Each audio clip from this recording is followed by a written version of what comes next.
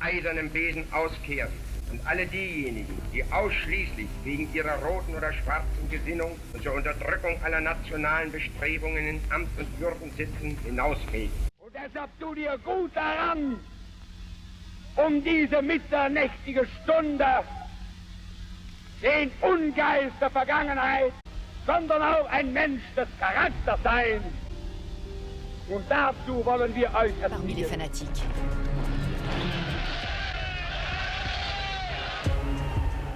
Quand ce soir de 1933, Adolf Hitler est nommé chancelier d'Allemagne, une nouvelle fois, il ne veut pas travailler, comme son rôle l'exigerait. After only 4 years in Parliament, he deserted the Conservatives and crossed the floor to join the radical Liberals around the dynamic leader David Lloyd George. Churchill's conversion was met with a measure of scepticism. Aged only 36, he was appointed First Lord of the Admiralty. When World War I broke out, Churchill sent the Royal Navy to invade Turkey, Germany's ally to the south. A premature naval assault failed. 46,000 soldiers of the British Empire were slaughtered at Gallipoli. Churchill had described the operation as a gamble, and the government had approved it. Once it failed, he was forced to resign as Lord of the Admiralty. He sank into a deep depression. It still amazes me to realize that even though the public knew that he had had polio, they had no idea, really most people, that he could not walk on his own power. Franklin D. Roosevelt, having received more than 2/3 of all the delegates voting, I proclaim him the nominee of this convention for President of the United States. Election night proved how badly Americans wanted change, as Roosevelt pulled away by more than 7 million votes.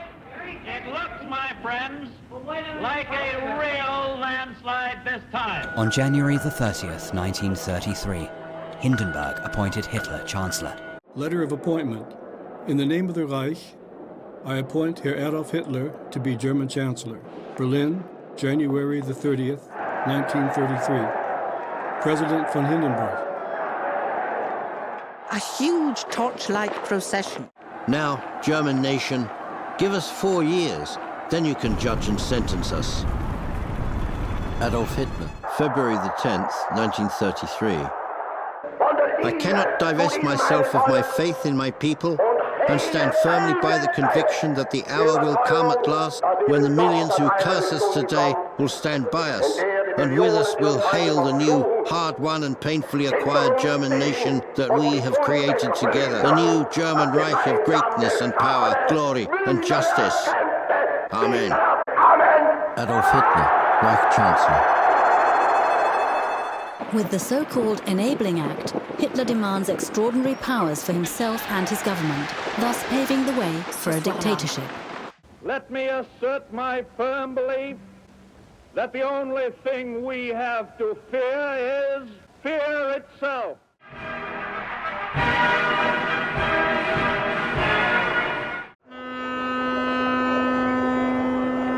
The present state of affairs in Germany causes me to resign my position in the Prussian Academy of Sciences. Leading Social Democrats have been placed in protective custody, among them former Reichstag President Löbel. If someone accuses me of not having brought in the ordinary court for judgment, I can only say, at this hour, I was responsible for the fate of the German nation, and thus the German people's supreme judge. Having spent several summers in the Rhineland during his youth, he saw through Hitler, describing him as a wild and a nut. After the meeting in Venice, the relationship between Hitler and Mussolini initially remained distant. He was like a gramophone that only plays 7 notes and, once played, starts all over again. Benito Mussolini.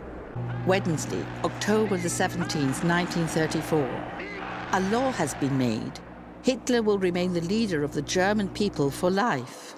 The SS, which was formerly still affiliated with the SA, is rewarded for its murderous service. In view of the great services of the SS, particularly in connection with the occurrences of June the 30th, 1934, I hereby promote them to a self-contained organization within the NSDAP. As early as May 1933, Hitler, who is fascinated by cars and technology, issued a program of motorway construction, which was to create a dense network of 4-lane roads across Germany.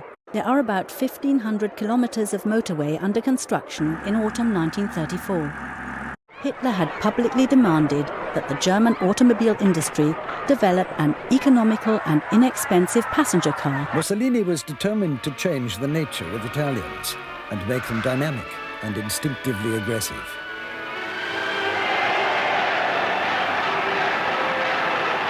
Noi crediamo che l'Italia, sotto la guida del Littorio, inquadrata in tutte le sue formazioni rivoluzionarie, attingerà i suoi destini, arriverà al benessere, alla potenza e alla gloria. On the 3rd of October, 1935, Italy conquered Ethiopia.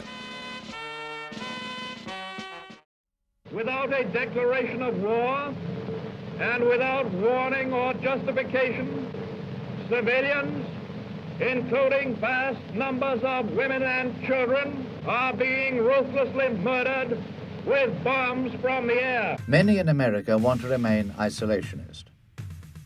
Shall we again fight for dubious democracy abroad or stay out and save genuine democracy at home? War's madness abroad or payrolls, peace and progress at home? That is our choice. History is replete with examples of men who have risen to power by employing stern, grim, wicked, and even frightful methods, but who, nevertheless, when their life is revealed as a whole, have been regarded as great figures whose lives have enriched the story of mankind. So may be the case with Hitler. Winston Churchill. The civilization of the past 100 years, with its startling industrial changes, has tended more and more to make life insecure. This social security measure gives at least some protection to 30 millions of our citizens. So far as war is concerned, you need have no fear of war at the instance of Germany. We have no desire for war. As I talked with him, I could not but think of Joan of Arc. He is distinctly a mystic. He is a teetotaler and also a vegetarian. In 1935, Britain and Germany had agreed on a naval treaty. Germany is allowed to expand its navy to 35% of British strength. On October the 18th, 1936, Adolf Hitler issues the Order to Implement the Four-Year Plan. Headed by Goering as commissioner of the Four-Year Plan, it aims to make Germany self-sufficient and ready for war at short notice. The power of attorney for the Four-Year Plan was the most extensive concessionary power ever granted in Germany, and all later authorizations actually came from that first power of attorney. We believe in work for the unemployed. We believe in saving homes. Cross our hearts and hope to die. We believe in all these things. We will do all of them. We will do more of them. We will do them better. And most important of all, the doing of them will not cost anybody anything.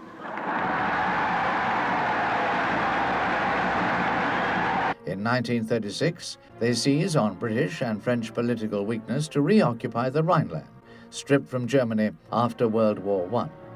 Germany has already started to rebuild her armed forces in secret, reveals the initial extent of her rearmament plans. In August 1936, the 11th Olympic Games of the modern era are held in Berlin. Our streets have changed for the better recently. The Führer and Reich Chancellor is leaving the Olympic Stadium, booms from the loudspeakers. Everyone rises to give the Nazi salute. Roosevelt's Republican opponent in the 1936 presidential race was Alfred Landon, the governor of Kansas. Encouraged by a growing anti-Roosevelt press, Landon campaigned against regimentation and the expensive New Deal. In 1937, the world still hopes to live in peace with Adolf Hitler's Germany. From 1937, the commissioner for the four-year plan, Hermann Göring, creates the third largest German industrial group with his own Hermann Göring Reichsworks. At his second inaugural, Roosevelt talked about all the things his New Deal policies had yet to accomplish. I see millions of families trying to live on income so meager that the pall of family disaster hangs over them day by day. I see millions whose daily lives in city and on farm continue under conditions labeled indecent by a so-called polite society half a century ago. I see 1/3 of a nation ill-housed, ill-clad, ill-nourished. Diary, Berlin, October the 2nd, 1937. It was inherently a law of its own. The law governing special holidays for the state capital Berlin and the movement capital of Munich. It was determined that September the 2nd would be a holiday for Munich, and September the 28th for Berlin. Thus motivated, millions poured into the streets. But from 1938, the military version of the Beetle, the so-called Kübelwagen, and other military equipment. The rest is propaganda, which even has an effect in faraway America. Thousands and thousands of shiny little beetles purring along from the Baltic to Switzerland and from Poland to France, with father, mother, and up to 3 kids packed inside and see their fatherland for the first time through their own windshield. New York Times, July the 3rd, 1938. Hitler's name stands for the achievements and successes of the regime in the mid-1930s, and this is what the majority of the population believes. Within 3 years, his genius has achieved a booming economy, the elimination of unemployment, and the restoration of peace and order. No one who saw Franklin Roosevelt in his second term could describe him as a defeated man. The court and Congress had refused to ratify some of his programs. His critics had grown more numerous and more bold, but his New Deal policies had helped to stabilize the economy. And looking towards the future, FDR was optimistic. Otherwise, his simple manner also had clear political intentions. He often emphasized, "If I'm simple and unpretentious, then my surroundings have to be pompous. That way, my simplicity appears even stronger." Of the facts themselves, there was no doubt. He had restored to Germany her self-respect and recreated orderliness out of the chaos and distress which had followed her defeat in 1918. Neville Henderson, British Ambassador to Germany. Starts in July 1937. The full-scale Japanese invasion makes quick progress in the north. Japan was marching through China. The year 1937 is the quietest of Hitler's 12-year reign. The people in Hitler's Reich enjoy their lives. I see in America a great cultural and educational opportunity for all its people. An America where the wheels of trade and private industry continue to turn to make the goods for America. I think that it is the destiny of this American generation to point the road to the future for all the world to see. What surprised me was that most Germans, as far as I could see, didn't seem to mind that their personal freedoms had been taken away. The Führer had at this time something like the power of Napoleon after Austerlitz and Jena. Winston Churchill, member of the British Parliament. Apart from his resolve to bring all Teutonic races into the Reich, as so plainly described in Mein Kampf, Hitler had 2 reasons for wishing to absorb the Austrian Republic. It opened both the door of Czechoslovakia and the more spacious portals of southeastern Europe to Germany. Winston Churchill, the Second World War. Führer's order, March the 11th, 1938, 8:45 p.m. Operation Otto. To avoid further bloodshed in Austrian towns, the march of the German armed forces into Austria will commence at daybreak on March the 12th. Adolf Hitler. On Friday, the 11th of March, 1938, It was 7:45 in the evening when the announcer suddenly interrupted. Kurt Schuschnigg said that in order to avoid bloodshed, he would capitulate to Hitler's wishes. He ended his speech with the words, "God protect Austria." It is correct to say that a very large number of Austrians were gladly prepared to accept National Socialism and integration into the German Reich. Thursday, March the 23rd, 1938. He had come to Memel in the armoured ship Deutschland with a whole fleet. His words were uplifting. On March the 25th, 1938, Hitler begins the last election campaign of his life. Hitler wants to confirm the annexation of Austria in a referendum.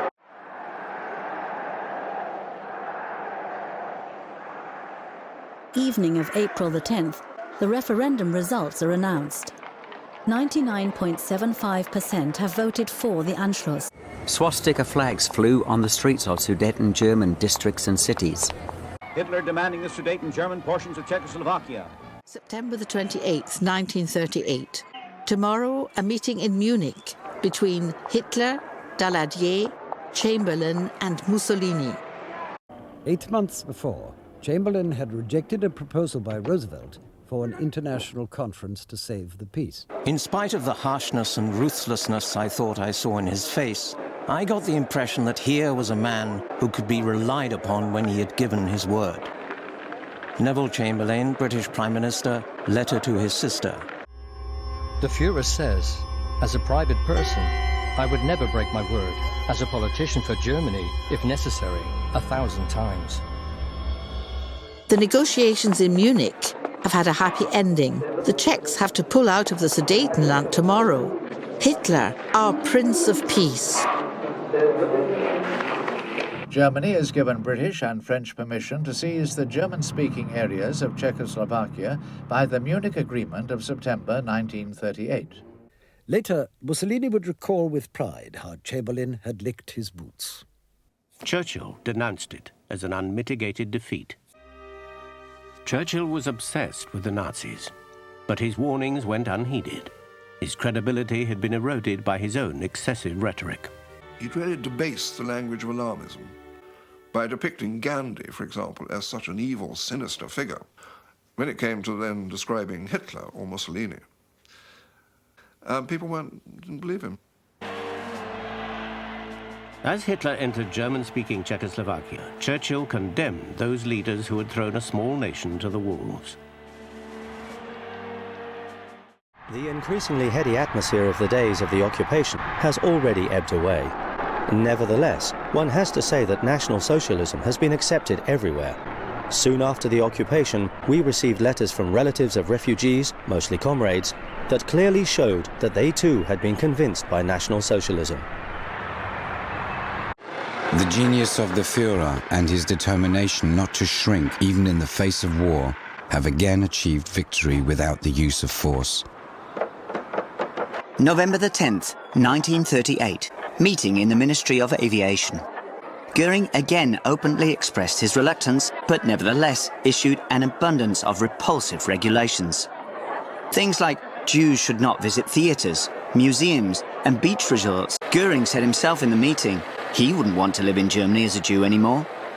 We want a Supreme Court which will do justice under the Constitution and not over it. In our courts, we want a government of laws and not of men. Around 120,000 German and Austrian Jews leaving their homeland by the beginning of the Second World War.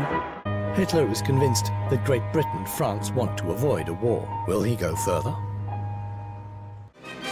In January 1939, the hope that Mussolini would side with Britain and France brought the British Prime Minister on a mission to Rome, but Mussolini's price was too high.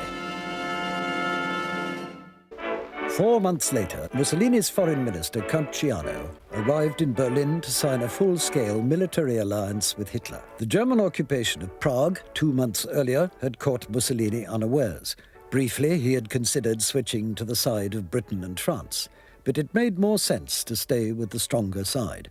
On the 13th of February 1939, Hitler tells a few confidants that he intends to take action against the Czechs in mid-March. Berlin, March the 14th, 1939. Foreign broadcasters are reporting that the Czechoslovak President Hacha arrived in Berlin today and was received by Hitler. For 3 hours, Hitler conducted a discussion with the president of Czechoslovakia. We all knew that it was about war or peace. Suddenly the door opened, Hitler rushed out and proclaimed, "So people, good news. Hacha has signed the agreement. I will go down as the greatest German in history." Christa Schröder, Hitler's private secretary. In March 1939, the Germans occupied Prague. Churchill was proved right. Hitler could not be appeased. With the growing threat from both East and West, America becomes concerned. In January 1939, President Roosevelt asked the Congress for $552 million to start a program of rearmament.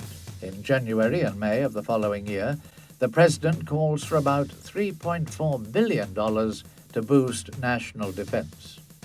It is generally assumed that after the annexation of Memel, he has to move on to the settlement demands with Poland, primarily the takeover of Danzig and the corridor. It's March the 31st, 1939. I have to inform the House that during that period, in the event of any action which clearly threatened Polish independence, His Majesty's government would feel themselves bound at once to lend the Polish government all support in their power. They have given the Polish government an assurance to that effect. Neville Chamberlain, Prime Minister. But no one who understood the situation could doubt that it meant in all human probability a major war in which we should be involved. Winston Churchill, member of the House of Commons. April the 20th, 1939. Harold Nicholson, Member of Parliament, National Labour Party. There is a break in the crisis, which makes me uneasy. That is one of the worst things with this tension.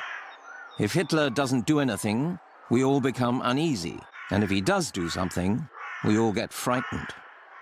In 1939, the NSDAP has 5.3 million members. Its mass organizations such as the SA, the Hitler Youth and the German Labour Front are responsible for another 30 million Germans, a nation marching in step towards war. What is Herr Hitler going to do? Is he going to try to blow up the world or not? The world is a very heavy thing to blow up. June the 28th, 1939. Don't forget, the Poles are no Czechs, and they will fight. August the 13th, 1939. Hitler was completely set on war. The British are guilty of everything. The Poles have a serious lesson to learn. The democracies are inferior to Germany and will never fight. Was the recurring keynote of the German dictator's speeches. Is Germany's non-aggression pact with the USSR in 1939.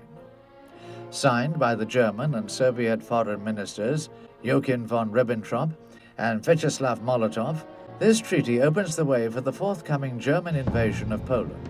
Stalin had cut a deal with Hitler to carve up Eastern Europe. Hitler got most of Poland. Stalin got the Baltic states. Night of August the 30th, 31st, 1939. In these hours, I knew that if war came, and who could doubt its coming, a major burden would fall upon me. Winston Churchill. Tonight, fate will take its course. Joseph Goebbels, diary. On September the 1st, 1939, Germany starts World War II with her invasion of Poland.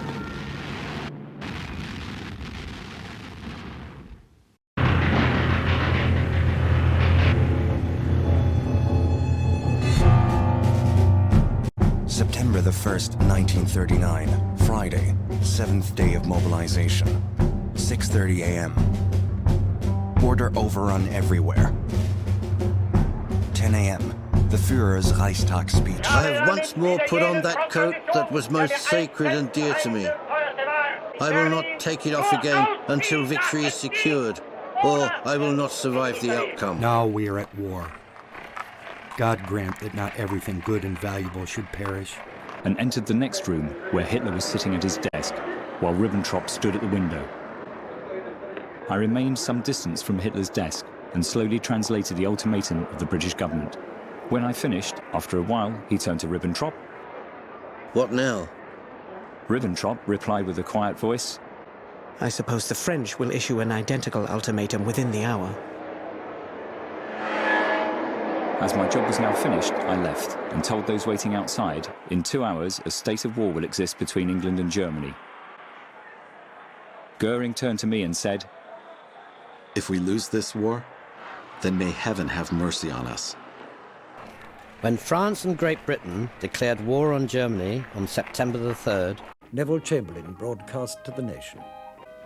This morning, the British ambassador in Berlin handed the German government a final note stating that unless we heard from them by 11 o'clock, that they were prepared at once to withdraw their troops from Poland, a state of war would exist between us. United and in a mood of quite unjustified optimism, the British army set off for France. When Hitler's forces invaded Poland, Franklin Roosevelt reassured the American people that he would do everything he could to keep the U.S. out of the war. This nation will remain a neutral nation, but I cannot ask that every American remain neutral in thought as well. Even a neutral has a right to take account of facts. Even a neutral cannot be asked to close his mind or to close his conscience. Parliament blamed Chamberlain for the defeat. His government was on the verge of collapse. In search of a successor to lead a new coalition government, Chamberlain summoned the old appeaser, Lord Halifax, and the old warrior, Winston Churchill. He did appear to be a man who knew about how to fight a war, knew about grand strategy. He wanted to defeat Hitler. He was a man who had seen earlier than most that Hitler was evil. So in many ways, he was better qualified for the job, even though at the same time, there were many people who were really horrified at the thought of this wayward and unstable man taking over. Churchill loves war. He makes no secret of it, even boasts about it. Joe L. Sawyer, bomber pilot, Royal Air Force. He planned to send a naval task force to protect Norway from a German invasion. But the government delayed, and the Germans got there first. The campaign was a costly failure. September the 13th, 1939. The Fuhrer's motorcade roared by. We saw our Fuhrer. He was going to the front. September the 28th, 1939. Warsaw has finally fallen. Some 16,000 members of the German armed forces die, and 30,000 are wounded, 68,000 dead and 130,000 wounded on the Polish side. The enslavement of Poland further united the two extreme proponents of totalitarian violence. SS units killed 60,000 Jews and members of the Polish ruling class. In addition to the free city of Gdansk, western parts of Poland are annexed and added to the Greater German Reich. From October 16, 1939 onwards, the remaining central Poland is subject to the authority of a German civil administration as a general government. And a nation of 35 millions fell into the merciless grip of those who sought not only conquest, but enslavement, and indeed extinction for vast numbers. Hitler had no emotional connection to the church. He thought the Christian religion was an outdated, hypocritical, people-ensnaring institution. Christa Schröder, Hitler's private secretary. For many of Adolf Hitler's crimes, no documents exist that verify his direct and immediate responsibility. It is different with the centrally organized killing of the mentally handicapped, referred to as euthanasia. Sometime in early October 1939, Adolf Hitler signs a backdated order for September the 1st, the day of the start of the war.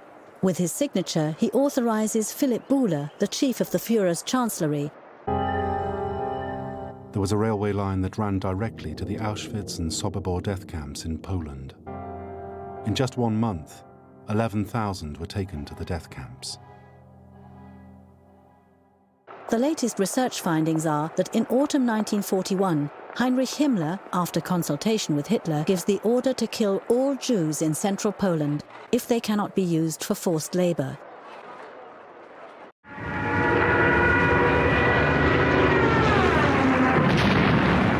Hitler's blitzkrieg fell on Holland, Belgium, and France.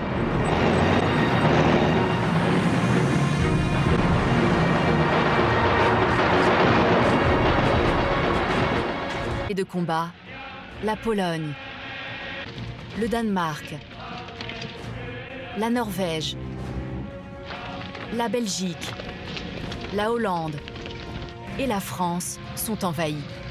La moitié de l'Europe s'effondre.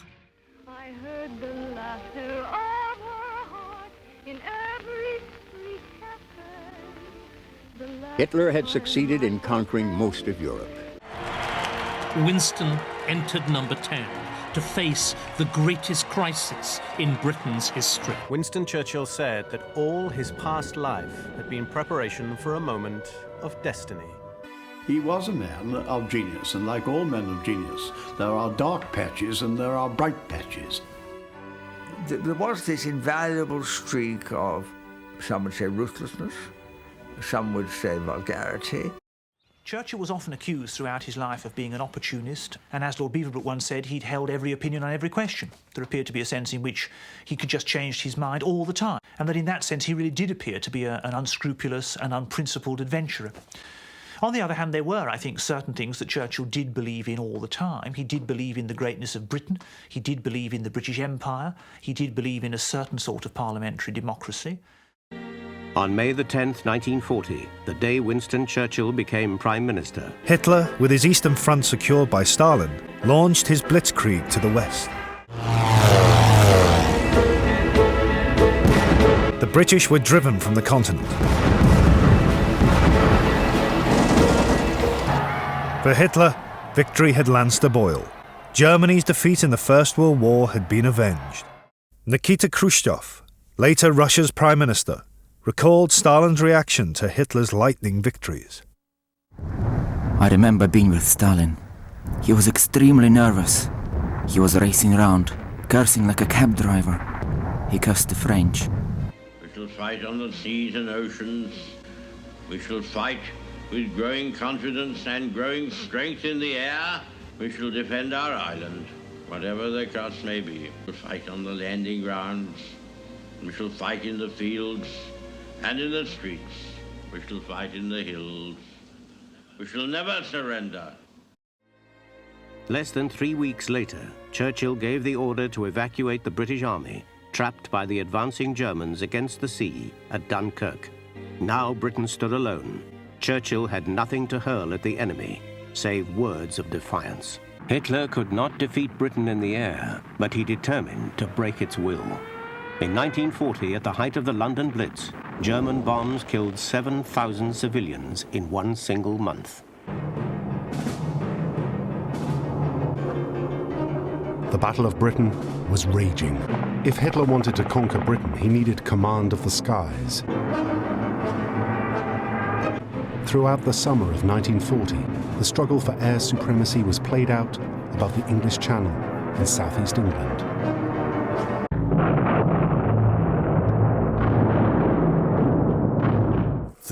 July 1940. The Führer is greatly puzzled by Britain's persistent unwillingness to make peace. He sees the answer in Britain's hope in Russia. On July the 19th, 1940, in a speech to the Reichstag, Hitler made his final plea for peace to Britain. Churchill and the British were not interested. Hitler retreated to the mountains of Obersalzberg. Here, the summer before, he'd been dreaming up his pact with Stalin. Now he suspected him. At the end of July, he announced to his generals the result of weeks of agonized reflection. 31st of July 1940, 11:30, Berghof. Führer concludes Russia is the factor on which Britain is relying the most. Something must have happened in London. The British were completely down. Now they have perked up again. On the 15th of September, the Royal Air Force inflicted such damage on the Luftwaffe The RAF defeated the Luftwaffe in the Battle of Britain. That Hitler postponed his invasion plans. Hitler's adjutant, Major Gerhard Engel, noted in his diary, Führer visibly depressed. He conveys the impression that at the moment he does not know how things should proceed. On November the 12th, 1940, the Russian Foreign Minister, Vyacheslav Molotov, arrived in Berlin at Hitler's invitation. Molotov was given the full Nazi fanfare. Hitler's purpose in summoning Molotov was to offer Russia a share in the spoils of victory. But Stalin wasn't interested in joining Hitler's war, or speculative carve-ups of the British Empire. When Molotov reported back to Moscow on the talks in Berlin, Stalin realized that Hitler was turning against him. He believed that Hitler either had to beat Churchill or make a deal with him before he could think of turning against Russia. Prime Minister Winston Churchill and his war cabinet were preparing for the onslaught of the Nazi invasion of Britain. Hitler knows that he will have to break us in this island or lose the war. If we can stand up to him, all Europe may be free. But if we fail, then the whole world, including the United States, including all that we have known and cared for, will sink into the abyss of a new dark age.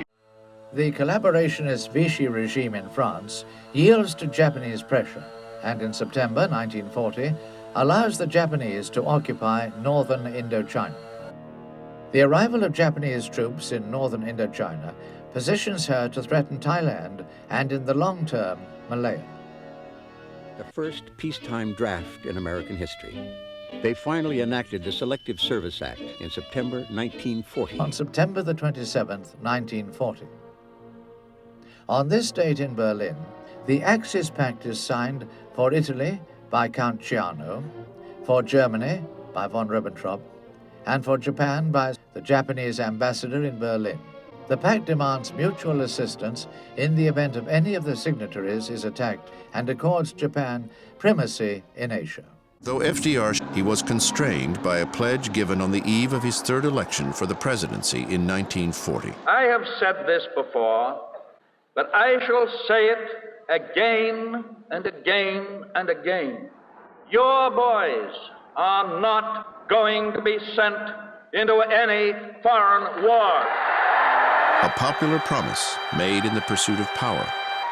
Now he had to live with the consequences. FDR tried to inch the country towards engagement.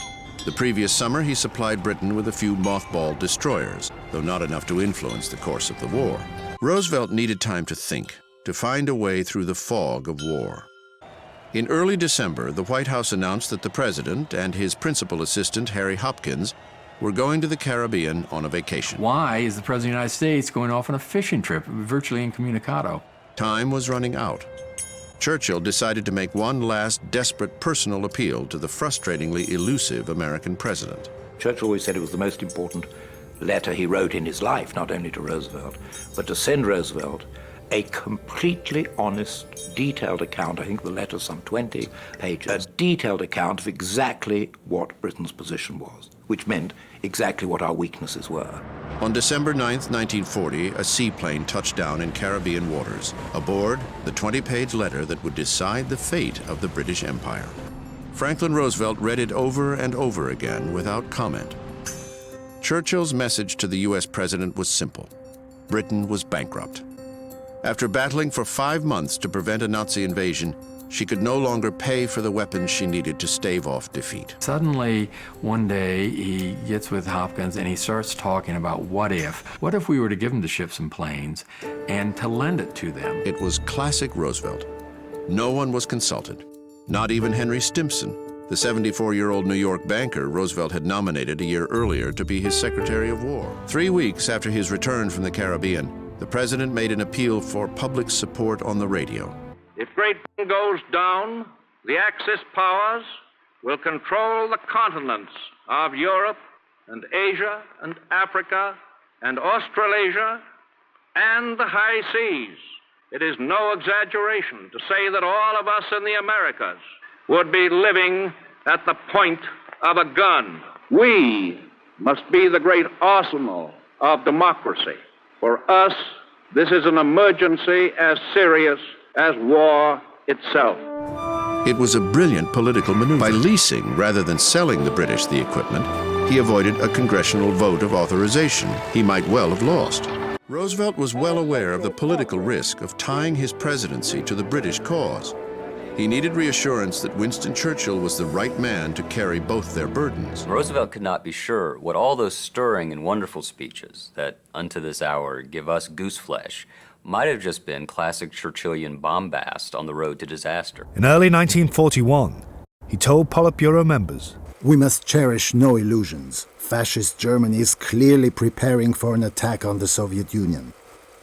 Why does Hitler want to make an agreement with England? Because he wants to avoid war on two fronts." Throughout 1940, Hitler had hardly mentioned the Jews, but on January the 30th, 1941, in his traditional speech marking the anniversary of the Nazis' rise to power, he repeated a chilling threat he'd first made before war broke out. Wenn es dem internationalen Finanzjudentum in und außerhalb Europas gelingen sollte, die Völker noch einmal in einen Weltkrieg zu stürzen, dann wird das Ergebnis nicht die Bolschewisierung der Erde und damit der Sieg des Judentums sein, sondern die Vernichtung der jüdischen Rasse in Europa. 3rd of March 1941. The forthcoming campaign will lead to a showdown between two different ideologies. The Jewish Bolshevik intelligentsia must be eliminated. And having made up his mind to attack Russia for tactical reasons, the original and biggest idea of all was reasserting itself: the ideological struggle against Jews and Bolsheviks. On March 11, 1941, House Resolution 1776 passed. In a White House ceremony that evening, Franklin Roosevelt signed Lend-Lease into law. On Easter Tuesday in April 1941, 180 Luftwaffe bombers attacked Belfast. Their target was the Harland and Wolff shipyard, a vital base for the Royal Navy. On April the 13th, 1941, he moved to protect his back, signing a pact with Hitler's ally, Japan. Stalin was thrilled with his coup and got happily tipsy with the Japanese foreign minister, Matsuoka.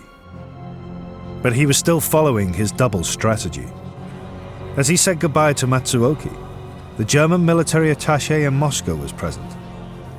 Stalin told him, "We must remain friends, and you must now do everything to that end. We will stay friends with you, whatever happens."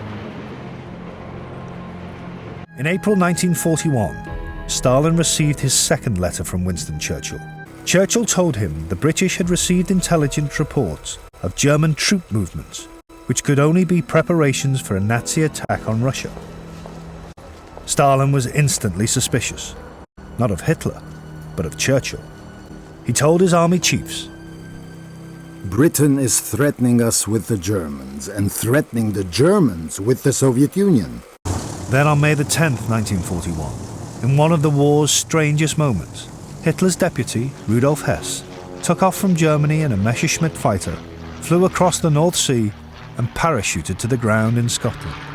It is possible to piece together how Churchill's message and Hess's flight began to lead Stalin towards a conspiracy theory. On the one hand, Churchill sends us a personal message in which he warns us about Hitler's aggressive intentions. And on the other hand, the British meet Hess, who is undoubtedly Hitler's confidant. What is the conclusion then? In Stalin's eyes, Churchill's warning was deliberately designed to provoke a war between Germany and Russia. Throughout May and June, intelligence reports gave warning after warning of imminent German attack. Stalin dismissed every one of them as part of the great conspiracy to provoke him. On June the 18th, Stalin's two top generals, Zhukov and Timoshenko, pleaded with him for a full alert. Stalin reminded them that Hitler could not attack without first doing a deal with Britain. June the 22nd. The duel between Hitler and Stalin was reaching its endgame. Hitler unleashed Operation Barbarossa, the largest invasion in history, Its target, Stalin's Soviet Union.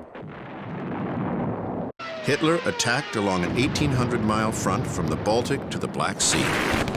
In just 1 week, the Germans took 150,000 Russian prisoners, destroyed 1,200 tanks, and within a month, Hitler's forces were within sight of Leningrad and the Soviet capital.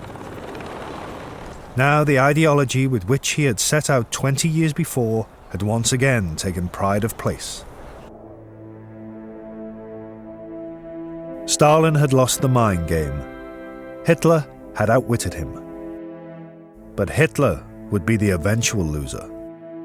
His decision to attack Russia signed the death warrant of his own dreams of empire and of European imperialism in general. When you're trying to make a decision, never put yourself into the mind of the other person, because if you do, you can make a terrible mistake.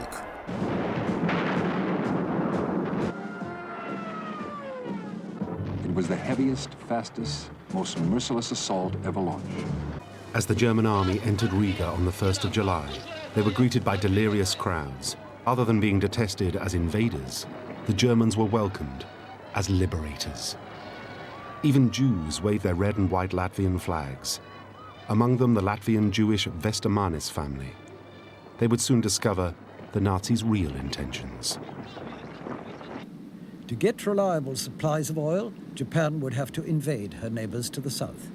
The first objective was French Indochina. By agreement with the defeated government of France, Japan occupied the north of the colony. 10 months later, Japan swallowed the rest of Indochina. President Roosevelt's response was immediate. On the 26th of July, he banned all exports to Japan of oil. His move forced Japan into a corner. She could either fight her way out or capitulate. In August 1941, German panzers drove deep into Russia, catching Stalin, their former ally, completely by surprise. The German army was soon well on the way to Leningrad.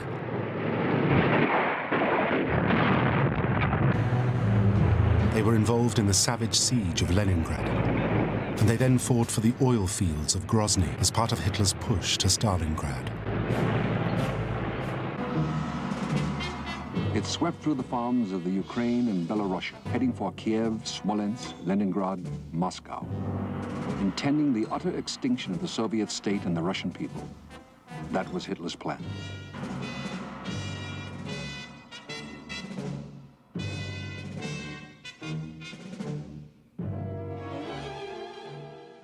It was called the New Order. So now this bloodthirsty gutter snipe must launch his mechanized armies upon new fields of slaughter. Any man or state who fights against Nazism will have our aid. It follows, therefore, that we shall give whatever help we can to Russia and to the Russian people. The partisan movement was born. Stubborn, outraged, driven by love of country and home, the streams coalesced into a flood of resistance. Soon they were joined by soldiers of the Red Army. In early August 1941, Churchill set sail for the New World. From the bridge of the battleship HMS Prince of Wales, Churchill knew the next week might well decide the outcome of this war. This trip over was really a moment of great excitement, probably some apprehension, but Churchill's enthusiasm at meeting Roosevelt was intense. Sailing on the USS Augusta, Roosevelt traveled north through U-boat-infested waters towards his rendezvous point with Churchill at Placentia Bay, Newfoundland.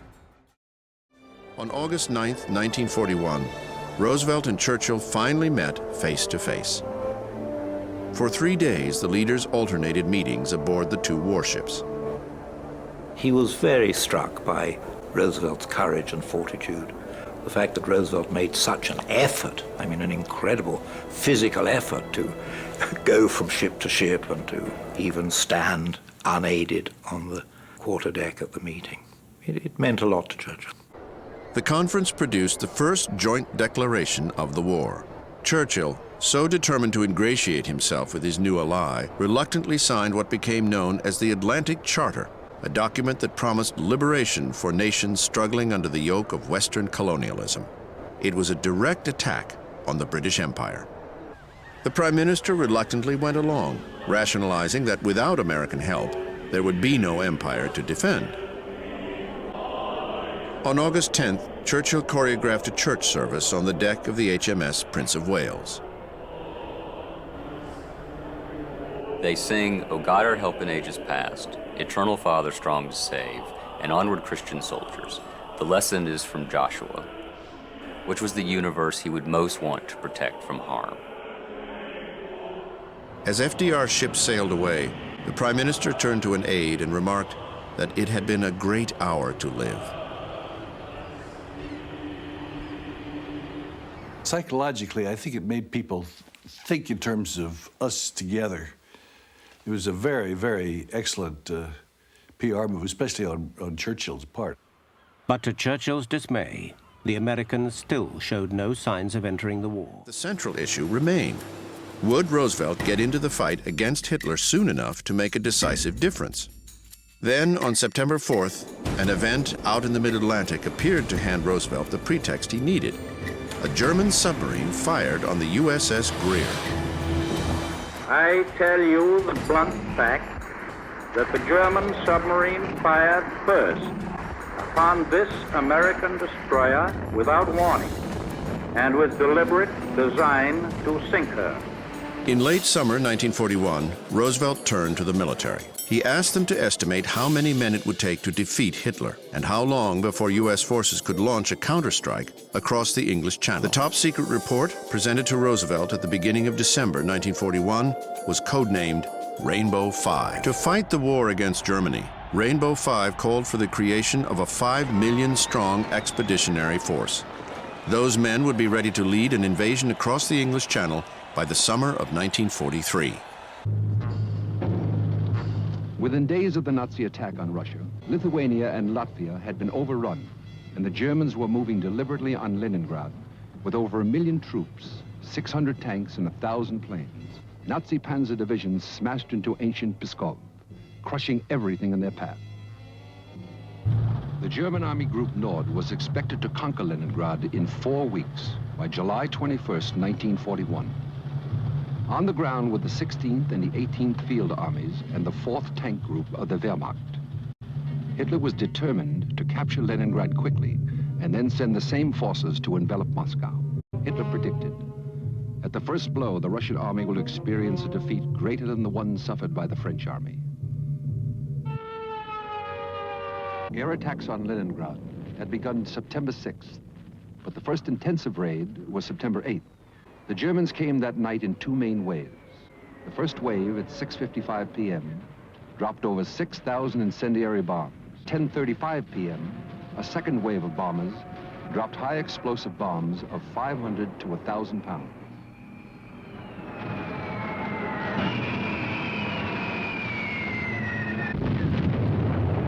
Hitler declared, the war against Russia is a war of ideologies. The capture of Leningrad will deprive the Russians of the symbol of their revolution.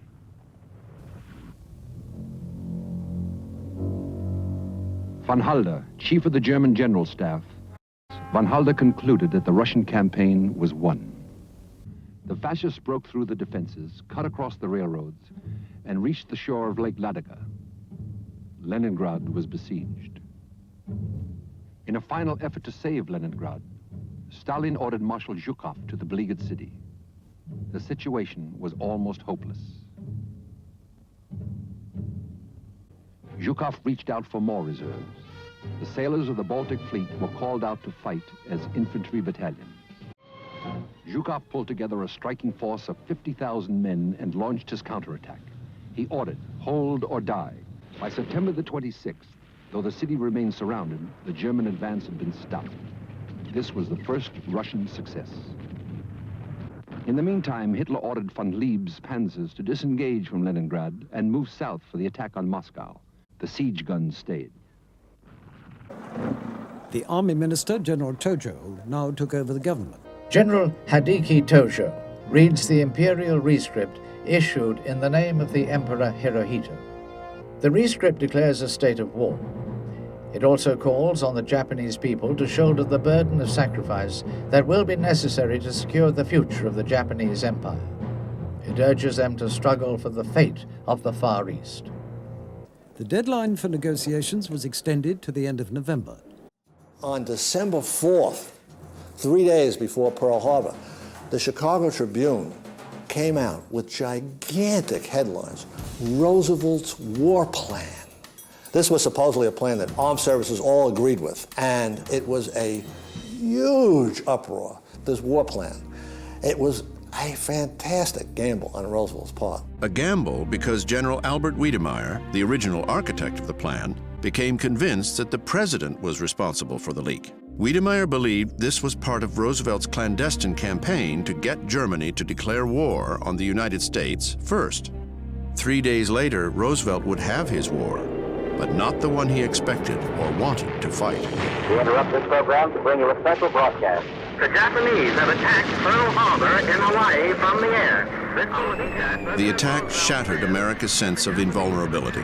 184 aircraft, launched from 6 Japanese carriers, caught the Pacific Fleet unaware. The USS California, West Virginia, and Arizona were sunk. 2,403 lives were lost.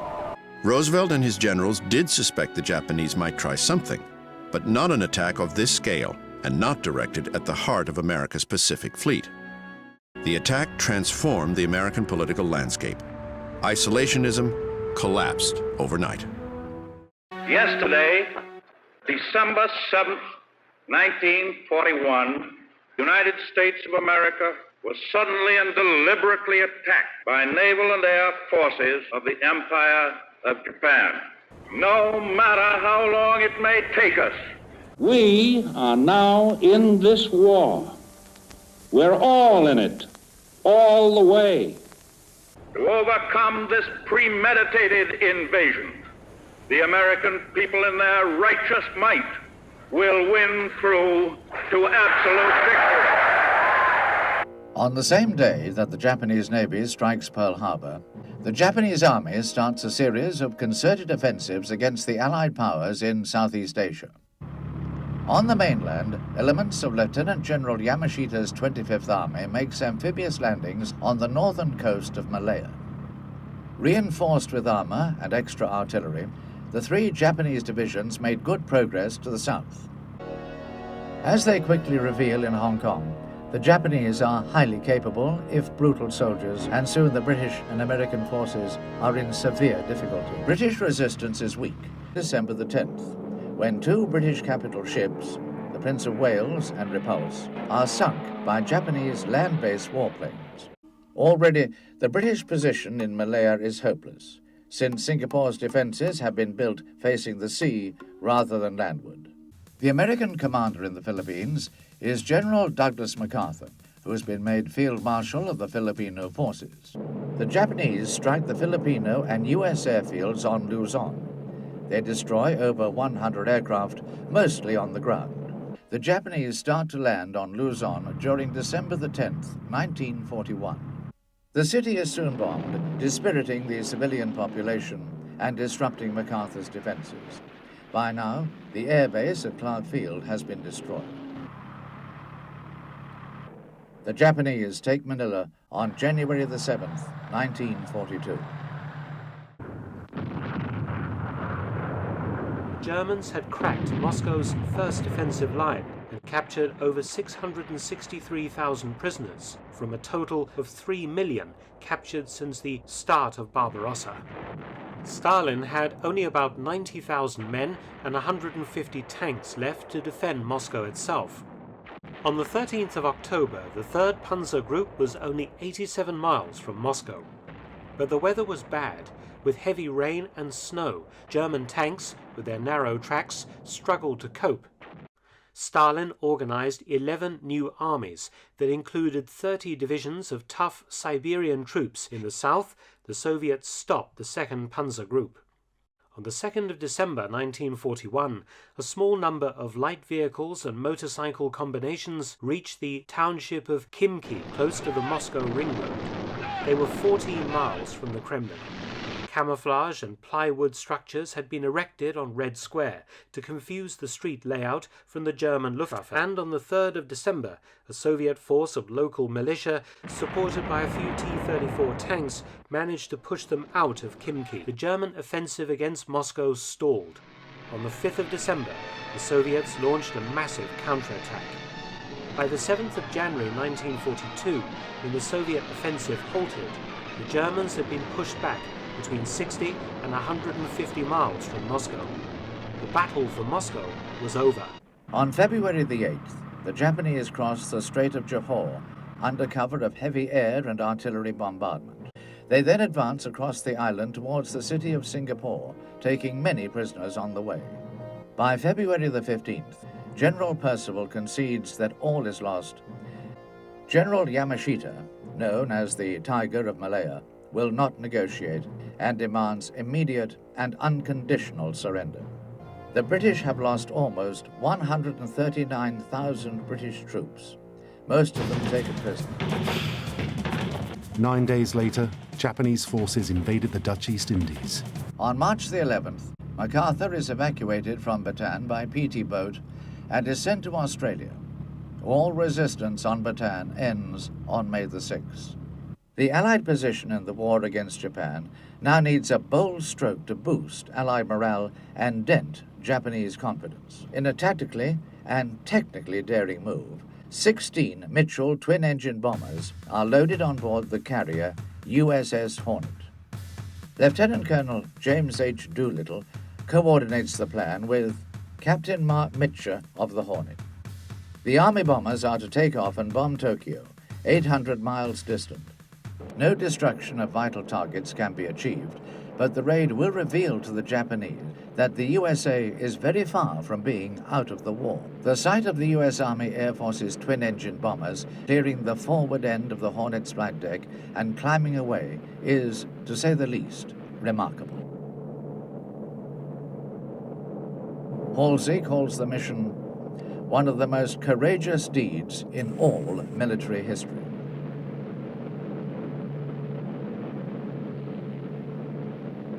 But one of the immediate problems Roosevelt faced was that the carnage was in Pearl Harbor, and that didn't fit the Rainbow Five scenario.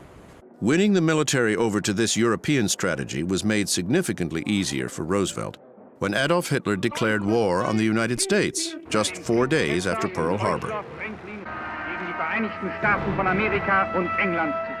Churchill was in Washington within 3 weeks of Pearl Harbor. Germany had declared war on the United States, and the Allies had to plan grand strategy. Churchill impressed his own personality on his mother's native land. I cannot help reflecting that if my father had been American and my mother British, instead of the other way around, I might have got here on my own.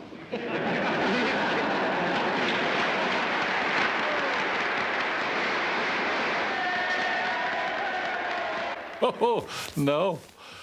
When Churchill came to the White House, everything was turned upside down. He tended not to go to bed till very late. He had a nap every afternoon, and FDR never had a nap, and then would sit up with Churchill late at night. And she saw the toll this was taking on FDR. But FDR enjoyed it. They didn't sit up doing policy. They were sitting up telling stories and exchanging things. But at the same time, woven in and out of the jokes were perceptions of how policy would proceed. Roosevelt's generals wanted to invade Northern Europe, but Churchill persuaded Roosevelt to invade North Africa, where the British Army was already engaged. The Americans were dismayed. We knew he was a canny, wily devil, a manipulator. He was the first to admit that himself. We knew about his faults, but there was still something about him. He could pull out humor, pathos. He was a terrifically persuasive fellow. It was a time for the military chiefs of both nations to establish procedures for jointly running the war. Never before or since have two nations worked so closely in time of war. Arcadia ended on January 14, 1942. with the decision that Germany would indeed be the principal focus of Allied attack. We must raise our sights all along the production line. In this year, 1942, we shall produce 60,000 planes. Next year, 1943, we shall produce 125,000 airplanes, including 100,000 combat planes. Let no man say it cannot be done. It must be done, and we have undertaken to do it. It would be the beginning of the largest military buildup in world history. When in January 1942, American troops were stationed in Europe for the first time. By May 1942, 37,000 GIs were based in Northern Ireland. A troopship crowded with men from the great cities and plains of North America, united now as allies of those United States. But America's transition into war was neither easy nor without controversy. An order issued by FDR that forcibly uprooted more than 100,000 Japanese Americans and imprisoned them in distant internment camps. In early May 1942, the American commander in the Philippines, General Wainwright, bowed to the inevitable and surrendered the remainder of his forces. 80,000 Americans surrendered, the largest mass capitulation in American military history. By the summer of 1942, American industry was proliferating weapons of war, matching and even exceeding Roosevelt's ambitious challenge. Production plants were transforming the American workforce. The country had work for every able-bodied American. Let's remember Pearl Harbor and go on to victory. Now, Roosevelt had to assemble his military team. The first example of which would be General Marshall. By picking George Marshall to be the Army Chief of Staff, Roosevelt had reached well down the military's chain of command. But he found an officer with broad strategic vision and composure under fire. I don't think that there was anybody that Roosevelt more relied upon for the national security interests of the United States during wartime than George Marshall. Yet he was the only one of Roosevelt's generals or admirals that he didn't call by his first name. It was always General Marshall. General Marshall, working closely with Secretary of War Henry Stimson, began planning a global strategy to win the war. The president increasingly relied on Marshall, who served at his side at every Allied conference. We had three options.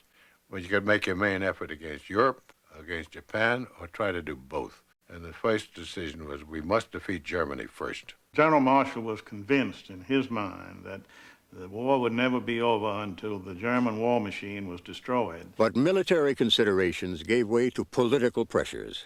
The path to victory in the Pacific was also coming into focus. At the helm, Roosevelt had appointed four-star General Douglas MacArthur as his theater commander.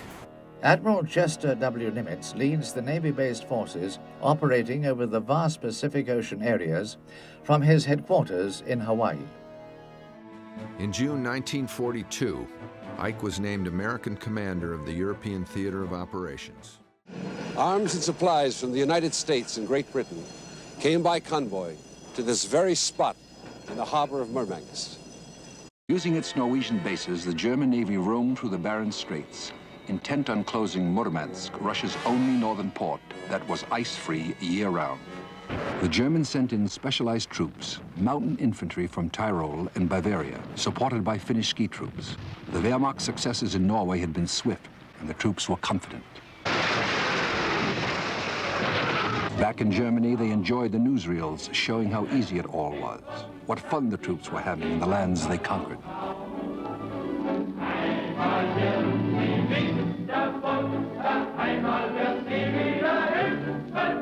Murmansk was only 40 miles away. Close Murmansk, and Russia would be cut off from Western aid. The mission of the Luftwaffe was to destroy the port city and to deny traffic in and out by sea. The first convoys left Britain in March 1942. Not all the ships made it to Murmansk. And the Nazi wolf packs all the way. It was north of the Norwegian coast when disaster hit. The British Admiral Tovey, in command, believing the German fleet was approaching, ordered the convoy to disperse. It was suicidal.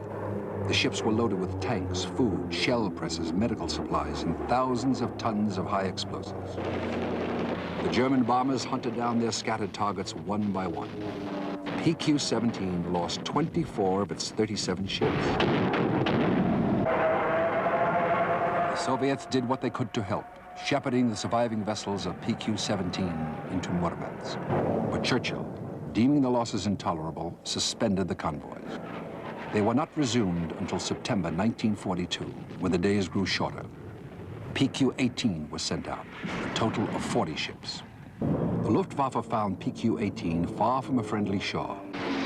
Of the convoy's 40 ships, 13 sank in a running battle that exhausted the gun crews. Once more, Churchill suspended the convoy. In all, throughout the war, some 60 ships were lost. 811 warships and freighters made it. None did so easily.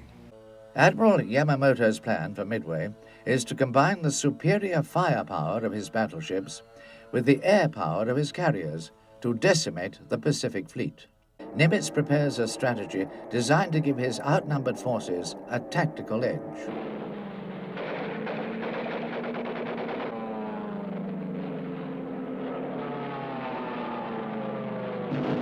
For Midway, fought between June the 4th and 6th, the U.S. Navy deploys the three available carriers, Enterprise, Yorktown, and Hornet, with cruiser and destroyer escort under Admiral Fletcher. Ranged against them are Yamamoto's 4 fleet and 2 light carriers, 9 battleships, 11 cruisers, and 41 destroyers.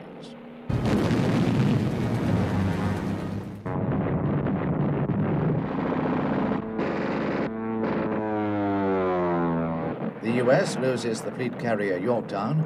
The Japanese lose the fleet carriers Akagi, Kaga, Soryu, and Hiryu. These are all veterans of Pearl Harbor. They take to the bottom, with them the irreplaceable cream of the Japanese naval air arm. Midway cripples the Japanese Navy and gives the USA the strategic initiative it will keep in the Pacific for the rest of the war. Rommel's army swept across North Africa, and the Nazis advanced on Stalingrad and the Russian oil fields. In 1942, the big picture was the possibility of a Russian capitulation. Stalin insisted that only the opening of a second front in northern France would save Russia from impending defeat. Also pressing the strategy were General George Marshall and many of the American chiefs. But Churchill strongly objected. He feared the casualties would be horrendous. For weeks, the Anglo-American allies spent their energies fighting each other.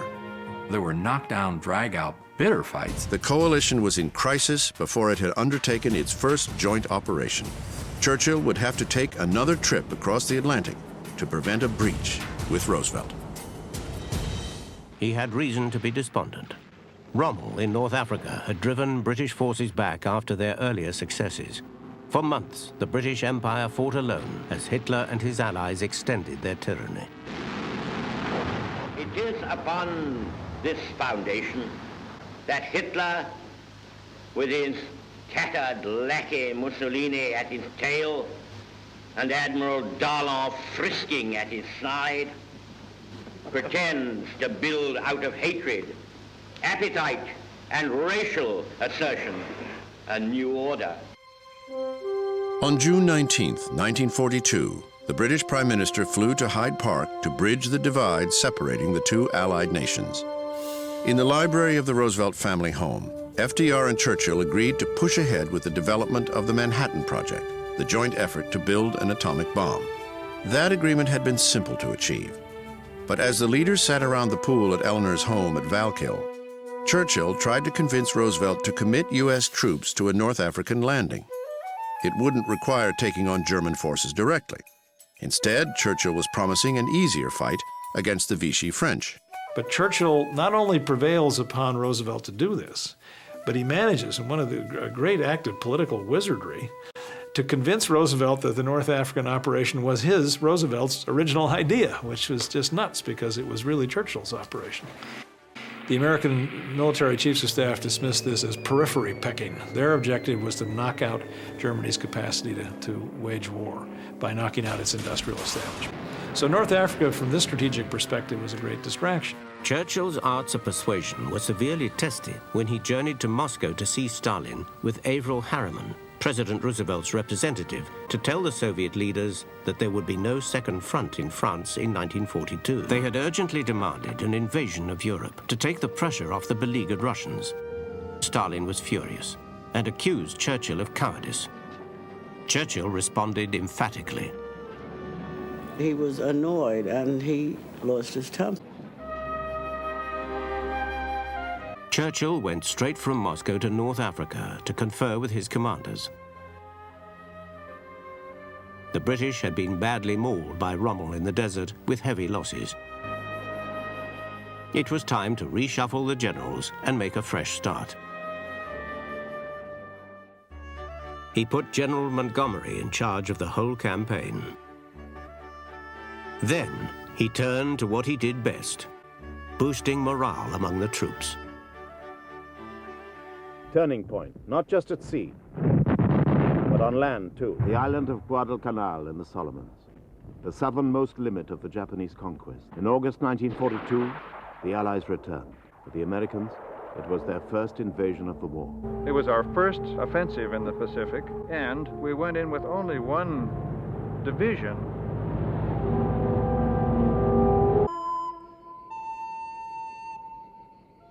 But it was still as yet only a sideshow. The main energies were being reserved for Europe. In October, the British Eighth Army pushed across the desert and broke Rommel at El Alamein, opening up the whole North African coast. It was the first major British victory of the war, and the last they would win alone.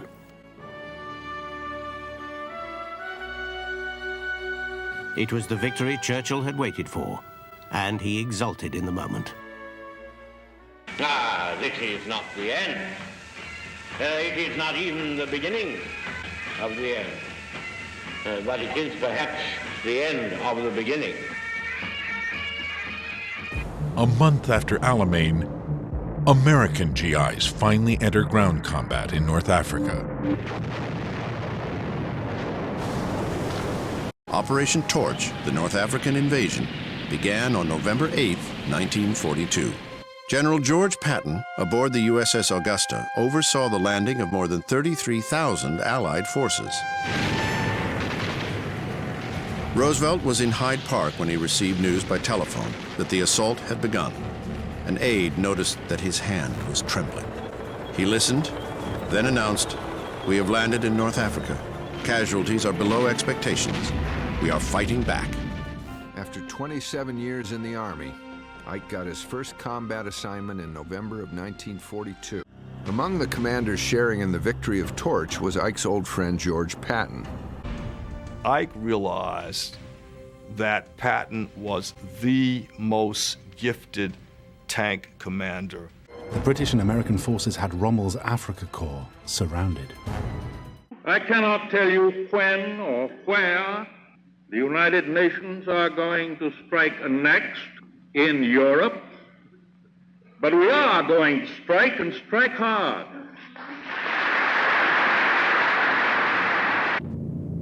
As 1943 began, the Nazis reaped the whirlwind. Hitler had conquered other cities in days, other countries in weeks. Leningrad had defied him, invincible. Now she would reply. Some of Hitler's troops eventually did enter Leningrad, but not as conquerors.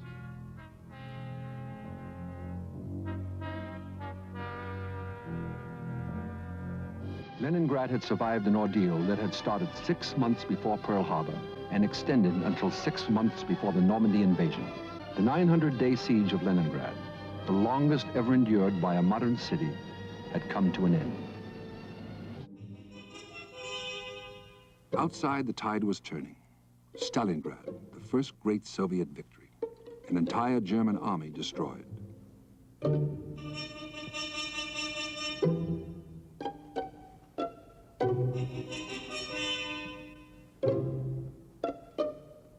In January 1943, FDR and Churchill arrived in newly liberated Morocco for a top-secret conference at Casablanca. Stalin was invited, but insisted it was too dangerous to leave Moscow. Marshall renewed his call for an all-out invasion of Europe. He convinced Roosevelt that the time was right for an assault on France, the invasion of Normandy across the English Channel, codenamed Operation Overlord. But again, Churchill wanted to wait. There were very many difficult negotiations with the British about that. Mr. Churchill wanted to go into Greece, anything but face the cross-channel operation. He particularly wanted to take the island of Rhodes, which the Germans then held. And after a long argument, Marshall, in considerable indignation, said, "I'll tell you this, no American boy is going to die on that goddamn island." And that ended the matter. It was on the final day of the conference that FDR made real news. Without consulting Churchill, he announced uncompromising terms for ending the war against Hitler. So then Roosevelt said, "I feel that victory against Germany, true victory against Germany, can only be achieved by unconditional surrender." And he looked at Churchill as if, of course, we agreed on this and so forth. And Churchill was absolutely flabbergasted. Standing behind Roosevelt was George Marshall, Dwight Eisenhower, and a whole slew of other American generals, all of whom loathed the idea, because it was only going to make the Germans fight harder. But the purpose of Roosevelt's announcement was to stiffen Russian resolve, prove to Stalin that he should hang on, that America was serious about defeating Germany and intended to fight to the bitter end. 10 months later, another grueling conference at Cairo, this time with Chiang Kai-shek. Axis propagandists had been predicting that the U.S. and England would eventually turn on the Soviet Union and China. Churchill and Roosevelt confirmed the alliance not only for victory, but for the peace to come. Address to the U.S. Congress, Washington, May the 19th, 1943. I am free to admit that in North Africa, we built better than we knew. The unexpected came to the aid of the design. For this, we have to thank the military intuition of Corporal Hitler. The same insensate obstinacy which condemned his army to destruction at Stalingrad has brought this new catastrophe upon our enemies in Tunisia. Up until 1940, Hitler looked younger than he was in reality. After that, however, he aged rather quickly. Up to 1943, he looked his age outwardly. Later, his rapid physical deterioration was obvious. Professor Dr. Hans Karl von Hasselbach, deputy attendant doctor to Adolf Hitler. The war as a dangerous child's game. These young men, trying to overcome their boredom with alcohol, are just 17 years old. Their military title is Luftwaffenhelfer, or Air Force Helpers. From 1943 onwards, they replace regular soldiers sent to the front on the anti-aircraft guns in the homelands. At the end of 1943, there are 80,000 young flak helpers. As a rule, they are deployed near their hometown. High school students have 18 hours of school lessons a week at their posts.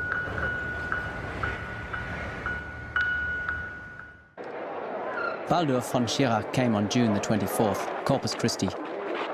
He had a long and detailed conversation with Hitler, the contents of which I learned from Hitler the next evening. Schirach said unequivocally to Hitler that the war must be stopped somehow. Hitler said to him, "What is he thinking? He knows as well as I that there's no way out now, unless I put a bullet through my head." That was their last meeting. Niklaus von Below, Colonel, Luftwaffe Adjutant to Adolf Hitler. Hitler badly needed a victory, but how, or what, or where? The generals implored him, showered him with plans, plotted for his attention. Tempers burst. Field Marshal von Kluge challenged General Guderian to a duel. At last, the finger pointed to this place, the Kursk salient, a great bulge of Russian troops in the middle of the German line. It began as an idea for an obvious and limited offensive battle and grew into a plan of enormous proportions, but it was only a plan. A nervous and now uncertain Hitler set a date in April and then canceled it. April passed into May, and May into June, and June into July, before he reluctantly let it happen. The biggest battle of World War II and the most massive tank battle the world would ever see was about to take place.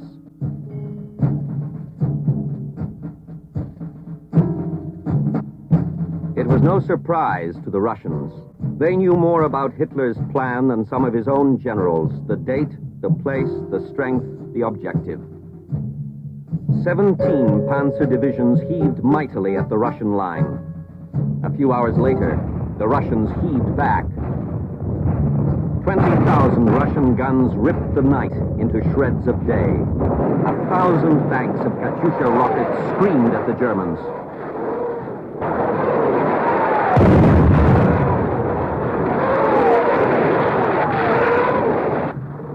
The Germans were enticed into a deadly trap. The Russians left no detail to fortune. Blitzkrieg was the most ingenious and formidable tactic of war ever devised. The Russians found its fatal flaw. Each of its parts had a weakness. The Stukas, the guns, the tanks, the infantry. Each counted on the others to compensate for its weakness. Yet between these layers of firepower, separate them, and the Blitzkrieg could be broken. So the Russians, their guns stilled, their courage unbroken, waited for the tanks to run over them. Then they could get between the panzers and the infantry. Then they could destroy them. Come on!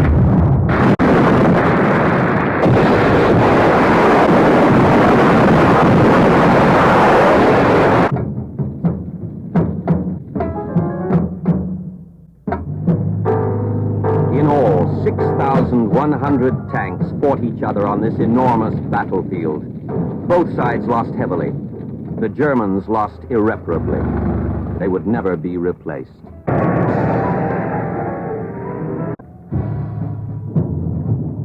Some Russians now thought they could defeat Germany single-handedly. 2/3 of the occupied territory had been recaptured. It seemed only a matter of pushing on into Germany until it was over. But Stalin knew that his whole country was war-weary. The effort had been colossal, almost superhuman.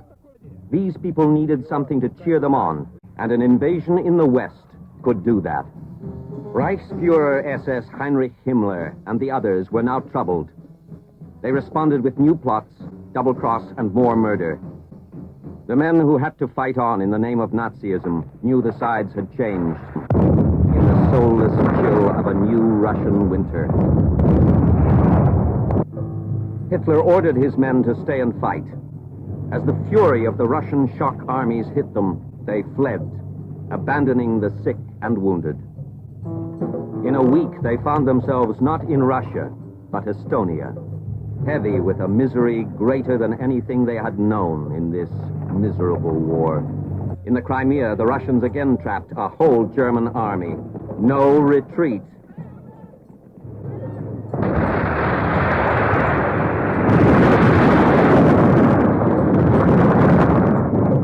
Crimea was lost, and with it more than 100,000 troops.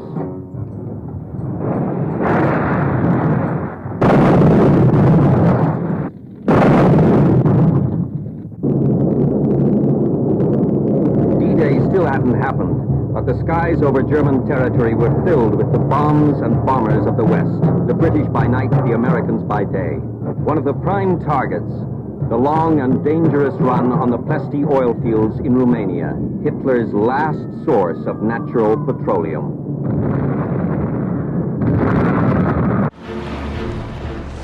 The Allies went on to invade Sicily and Italy. Probing what Churchill called the soft underbelly of the Axis, before trying to attack Hitler's hard snout in France. General Mark Clark had led an invasion force into Italy at Salerno in September. The sources of international brutality, wherever they exist, must be absolutely and finally broken. We are going to win the war, and we are going to win the peace that follows. Monday, July the 26th, 1943. Mussolini has resigned. Under General Berling, the Kosciuszko Division received its baptism of fire in the late summer of 1943 at the village of Lenino, on the road to Smolensk. In September 1943, the Red Army recaptured Smolensk from the Nazis, and with it the forests of Katyn.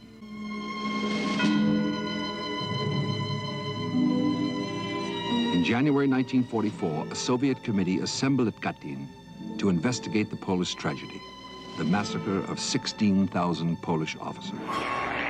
On September the 8th, 1943, Adolf Hitler attends the briefing at Army Group South headquarters in Zaporozhye in the Ukraine to discuss the alarming situation in the Donbass region with its commander, Field Marshal Erich von Manstein.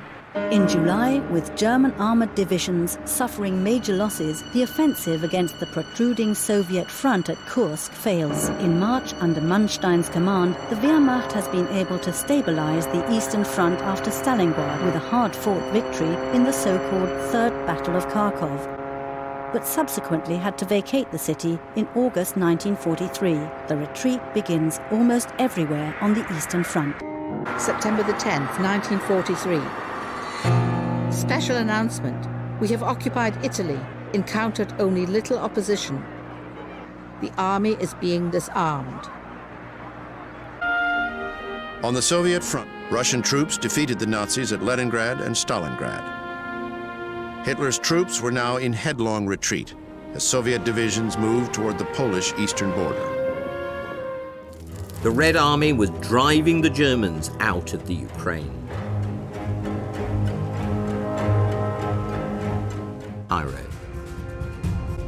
Here the man they nicknamed the Sphinx could take the measure of foreign leaders and test his political skills. Franklin Roosevelt thought the opposite. By the fall of '43, FDR would finally meet the Soviet leader Joseph Stalin. Churchill warned the president that the Bolsheviks weren't to be trusted. Roosevelt thought he knew better. Drawing communist Russia into peacetime, moving beyond the era of European imperialism, and above all, persuading Americans to take up the burdens of international leadership in an improved version of Wilson's League of Nations. Roosevelt didn't simply want victory.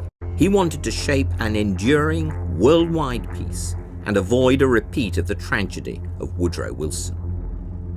It was in search of those goals that Roosevelt traveled halfway around the world in November 1943 for summit meetings in Tehran. On the afternoon of November 11th, 1943, Roosevelt stole away from the White House, crossing the Atlantic, for a top-secret conference in Tehran with Winston Churchill, and, for the first time, the person FDR most wanted to meet, Joseph Stalin. Roosevelt genuinely believed, I think, that it was possible to bring the Reds in from the cold, into the family of nations, and that he was the man to do it. Before the first session, Roosevelt warned Churchill that he intended to poke fun at the British Prime Minister's bulldog determination. Really, what he would do was to ingratiate himself with Stalin at Churchill's expense. Despite the advanced warning, the ridicule proved difficult to accept for the notoriously insecure Prime Minister. I think he was humiliated by it. I think he was angry but stoical. Again, it was this question which was always in Churchill's mind. Have I established a real intimacy with Roosevelt? Am I going to be able to be absolutely honest with him? Roosevelt concluded from their conversations that Stalin was fundamentally a practical man he could do business with. Whether Roosevelt felt the strategy worked remains unclear. However, Tehran did produce tangible, if controversial, agreements. Stalin, it seems to me, quite understandably came away from that meeting thinking that he had the approval of Franklin Roosevelt for being the dominant power in Eastern Europe. A tacit understanding given, in part, to win Soviet agreement to take on Japan after the fall of Germany. FDR returned to Washington claiming he had secured a breakthrough at Tehran, that he'd established a close personal relationship with the Soviet leader. He gave an upbeat assessment for the weekly newsreels. I may say that I got along fine with Marshal Stalin.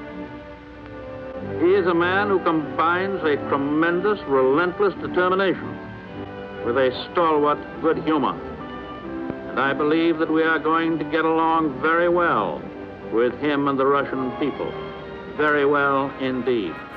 Privately, Roosevelt later told Eleanor that the greatest challenge he faced was to win Stalin's trust.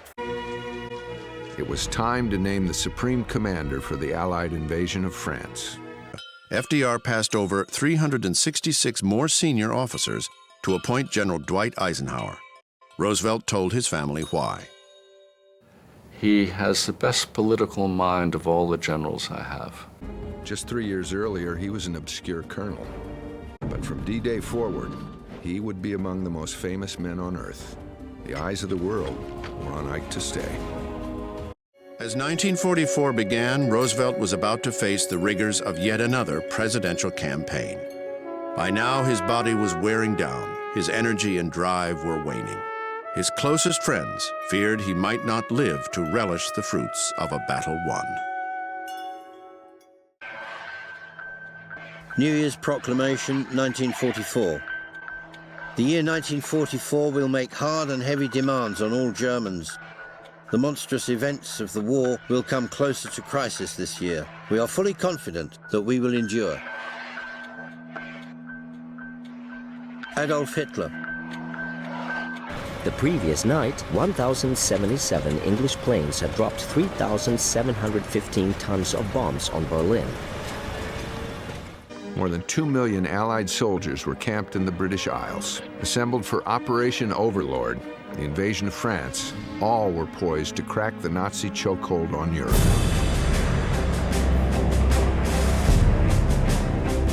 The 6th of June, 1944. A pre-dawn naval bombardment prepares the way for Allied soldiers to assault the Normandy beaches. The command of Dwight D. Eisenhower.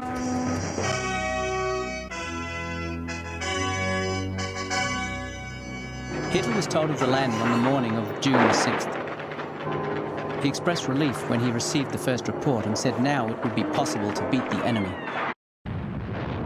FDR and Churchill ordered more than 150,000 men into action, deployed across the English Channel on 5,000 ships, the largest armada in history. Now, from the White House, the president led the nation in prayer. Our sons, pride of our nation, this day have set upon a mighty endeavor, a struggle to preserve our republic, our religion, and our civilization. Help us, Almighty God, to rededicate ourselves in renewed faith in Thee in this hour of great sacrifice. Over 40,000 airborne troops were dropped, and the bridges at Nijmegen and Eindhoven were taken.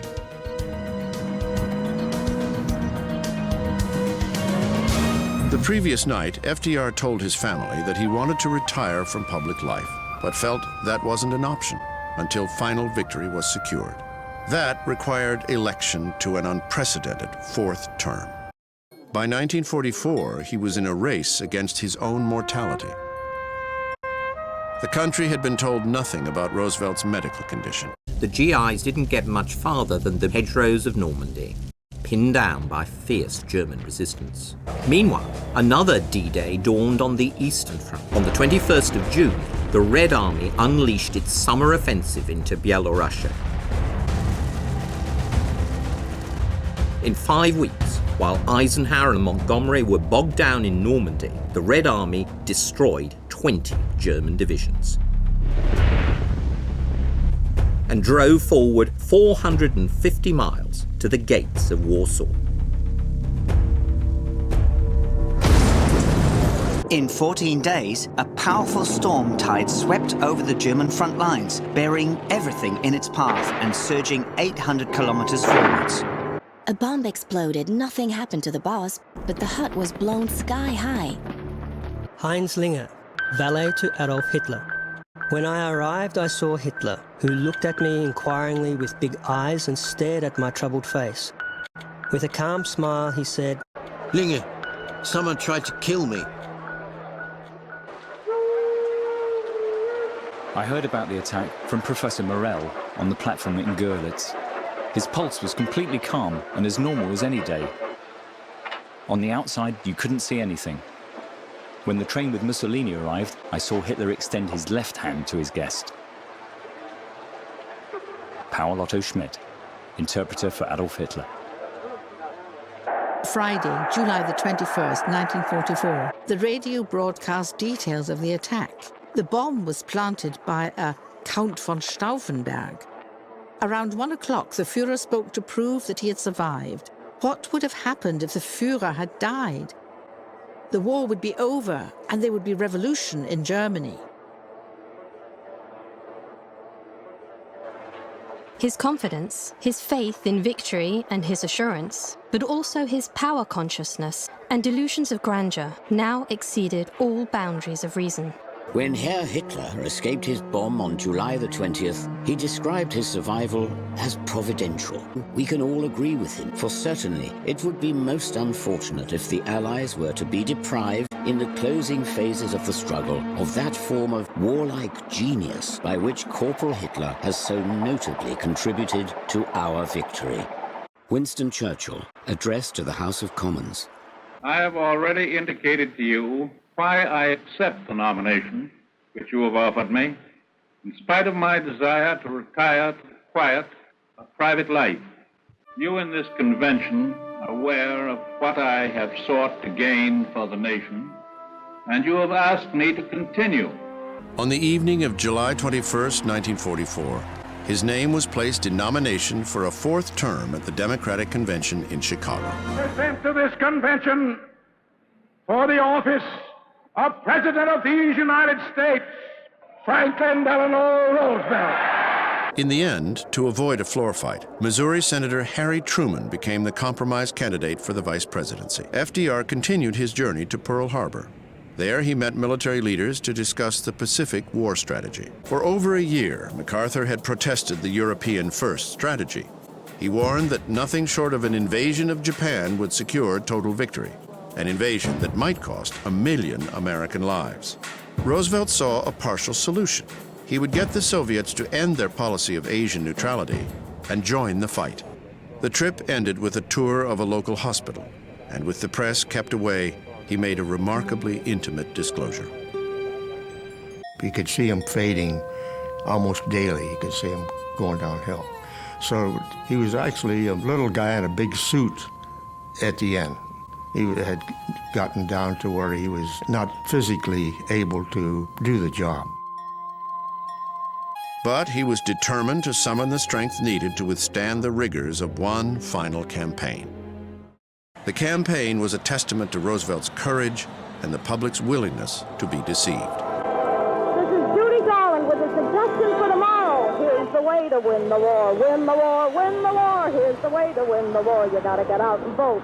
The war is well in hand in a vast area, either in Europe or in the Far East, or the war against Japan itself. Paris is liberated, and French troops lead the way after 4 years of Nazi occupation. September 1944, the Red Army broke through into Romania and Bulgaria. Until the end, he had a firm grip on everything. If he had lost his composure just once. By the summer of 1944, the Red Army had completed its plans for liberating Poland. Marshal Zhukov represented the Soviet High Command. Marshal Rokossovsky commanded the actions of the First Belarusian Front. Helm had suffered under the German occupation for 5 years. It was the first town to be liberated.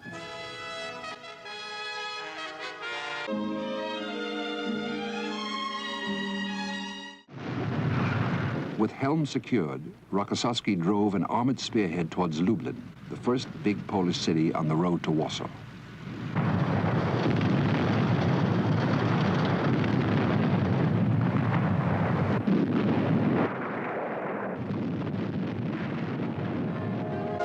The home of the Polish Committee of National Liberation. As soon as Lublin had been purged of Nazis, the Committee of Liberation set up a provisional government. The London Poles and the Lublin Committee had deep differences on the structure of Poland's future.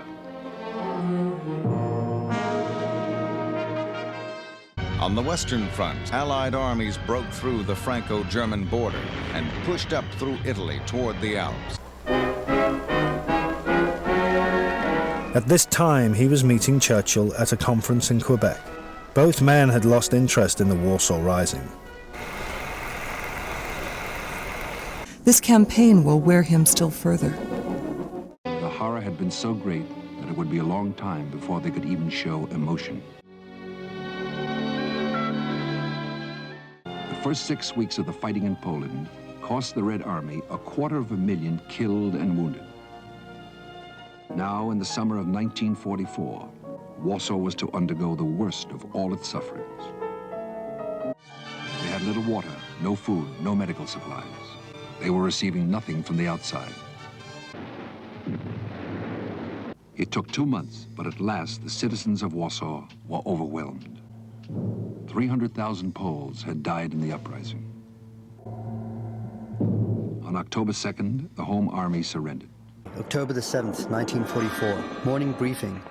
Beginning of the attack on East Prussia and Budapest.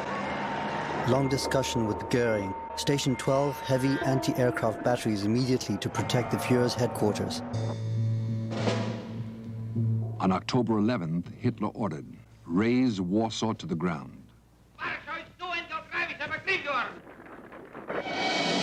And that they did, with great efficiency.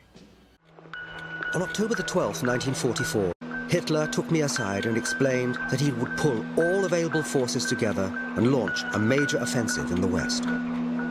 That will be the big strike which must succeed. But the tide of the war was turning against Germany. By the autumn of 1944, the Red Army was retaking the ground it had lost to the Germans. Now in retreat, the noose was tightening around the Nazis' necks. And in Hungary, Romania, Bulgaria, and Yugoslavia, the Soviet armies were advancing relentlessly as the Nazi puppet governments crumbled. On the 13th of October 1944, the Soviet army recaptured Riga. At the beginning of November 1944, the American army dominated the war in Western Europe. At the end of 1944, Germany was still able to defend itself and put up serious resistance. The German attack quickly gained the popular name Battle of the Bulge because of the rapid initial progress made by the heavy assault against our weakly held line, with the resulting penetration into our front that reached a maximum depth of some 50 miles. Dwight D. Eisenhower. Its military still consisted of around 17.5 million men, of whom 5.3 million were fighting troops. In December 1944, the Nazis launched their biggest counteroffensive of the war from the Ardennes forest, the Battle of the Bulge. Pike recognized the opportunity of the attack. He looked to George Patton. Eisenhower turned to Patton and said, "George, what can you do?" Patton replied, "I can attack in 48 hours." December the 19th, 1944. The weather was so bad that I directed all Army chaplains to pray for dry weather. I also published a prayer and sent it to all members of the command. George S. Patton, Jr., Commander of the 3rd U.S. Army. Mighty and most merciful Father, we humbly beseech Thee of Thy great goodness to restrain this immoderate weather. Grant us fair weather for battle. Adolf Hitler, at the end of December 1944, to his adjutant Nicolas von Below. I know the war is lost. Their superiority is too great. I will prefer to put a bullet in my head now. We will never capitulate, never. We can perish, but we'll take the world with us. By mid-January 1945, the Battle of the Bulge was over. Patton had come to the rescue. In 1945, the Soviet armies forced the Nazis from Polish soil. It was a long war for the Poles, longer than for anyone else on the continent of Europe. Poles were still dying in Wrocław, when in Berlin the fighting had ceased in May of 1945. The liberation of Poland cost the Red Army 600,000 lives. The German occupation and the fight against the Nazis cost the Poles 6 million.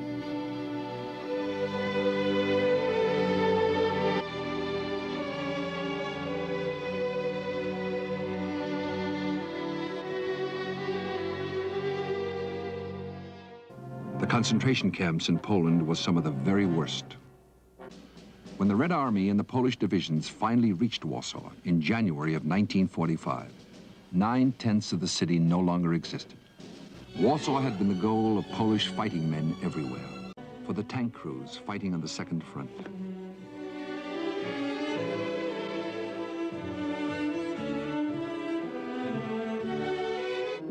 Late in November, the Soviet High Command approved plans for the Red Army's winter offensive, ranging from the Vistula to the Oder, and encompassing the liberation of the rest of Poland.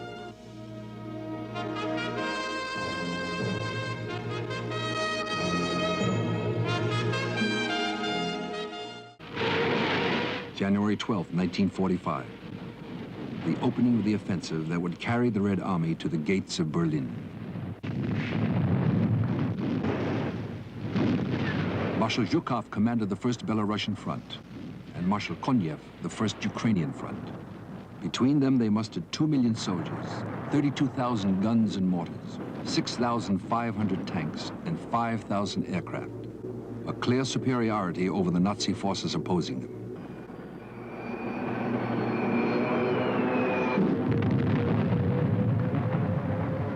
They ripped through the main line of the German defenses the first day.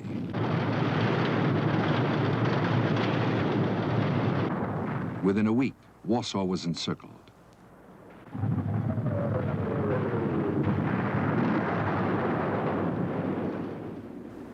It was unlike any other city the Red Army had liberated. There were no people at all to greet them.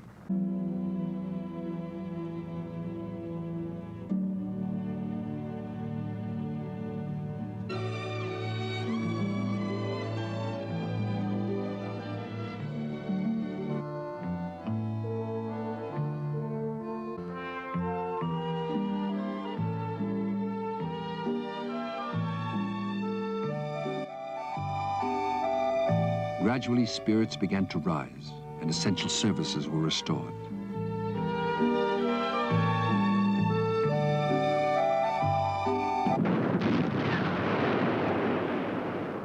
The Nazi garrison of Poznan totaled 60,000, 3 times what the Soviets had expected. It took days for General Chuikov's 8th Guards Army, the veterans of Stalingrad, to subdue it.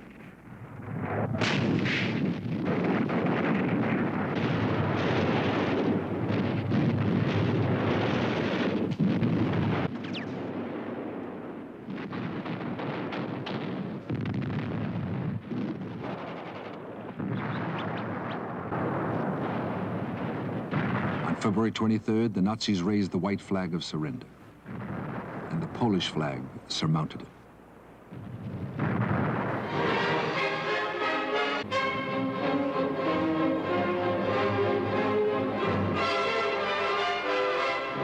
By the time Poznan was back in Polish hands, the Soviet grand offensive had rolled closer to the Oder and the heart of Germany.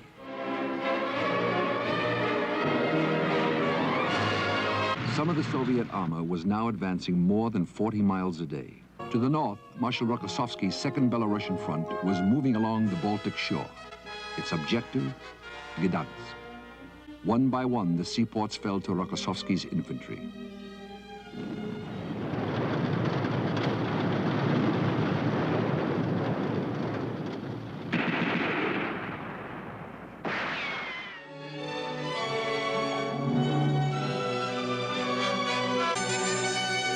Ahead lay the last river, the Oder, and the last great European battle. Nearly $10 billion worth of American aid poured into the Soviet Union during the war.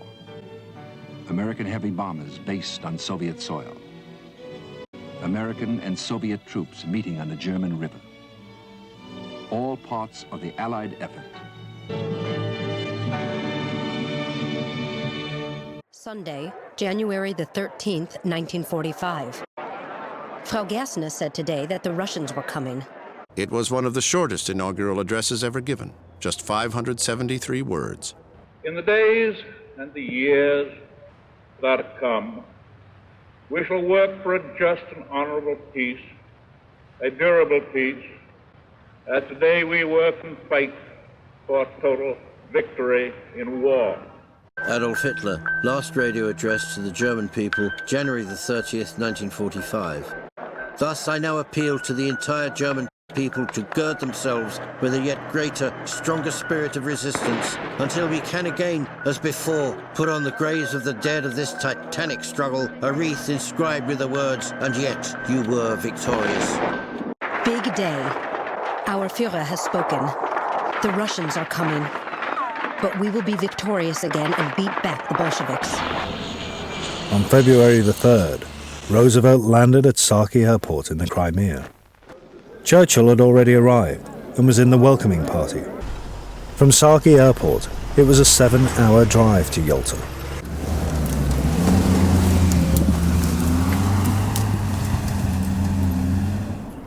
The opening dinner gave little encouragement of Roosevelt's appetite for the task ahead. The British Foreign Secretary, Anthony Eden, was among the guests. February 4th, 1945. Dinner with Americans. The President vague and loose and ineffective. Winston, understanding that business was flagging, made desperate efforts and 2 long speeches to get things going again. Stalin's attitude to small countries struck me as grim, not to say sinister. Everyone was shocked by his appearance. Roosevelt had 2 key objectives at Yalta. The first and most immediate was to secure Russian entry into the war against Japan after Germany's defeat. Roosevelt succeeded by secretly bribing Stalin with offers of Japanese and Chinese territory. The second, and most important, was to agree with Stalin the structure of a post-war United Nations organization, headed by a Security Council. I have never known the Russians so easy and accommodating. In particular, Joe has been extremely good. He is a great man, and shows up very impressively against the background of the other 2 aging statesmen. I think the conference has been quite successful. We've got an agreement on Poland which may heal differences for some time at least, and assure some degree of independence to the Poles.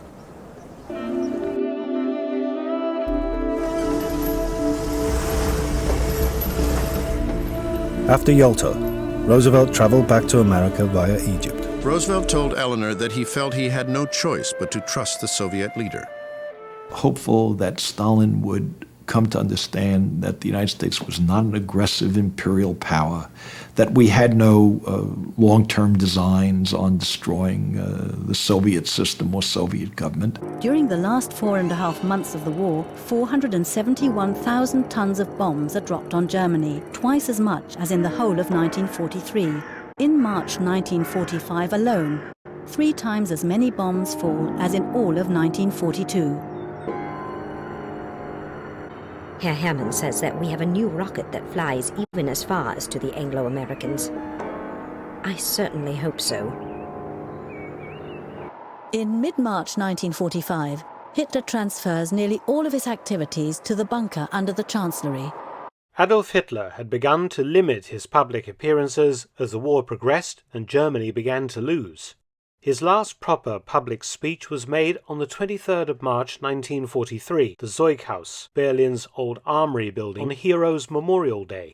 On March the 30th, the Allied Supreme Commander, General Eisenhower, sent a signal to Stalin, saying that he was concentrating his forces on southern Germany rather than Berlin.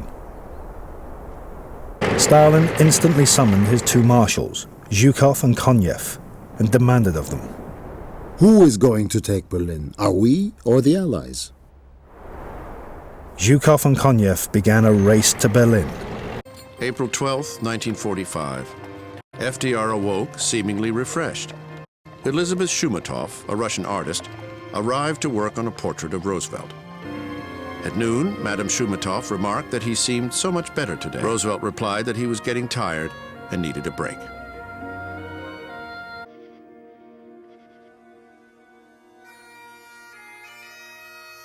The next day, FDR's body left Warm Springs for the final time. It was the beginning of a personal reassessment. There would be no state funeral for Franklin Roosevelt. He had insisted it would be inappropriate with American boys dying on battlefields in distant lands. Instead, the caisson was borne slowly through the streets of the nation's capital to the White House, a time for Americans to reflect on what they had lost. The reaction to his death went beyond the loss of a wartime leader. It reached back to earlier times, to a personal connection established between this president and the American people, an appreciation of the distance they had traveled together. One mourner told a journalist, "I never knew Roosevelt, but he knew me."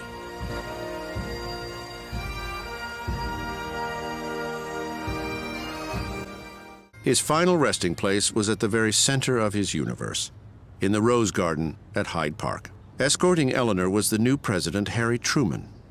Never a Roosevelt confidant, Truman weighed a personal ambivalence against political achievement.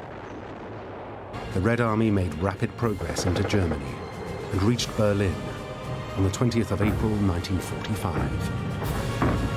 The Third Reich's days were over.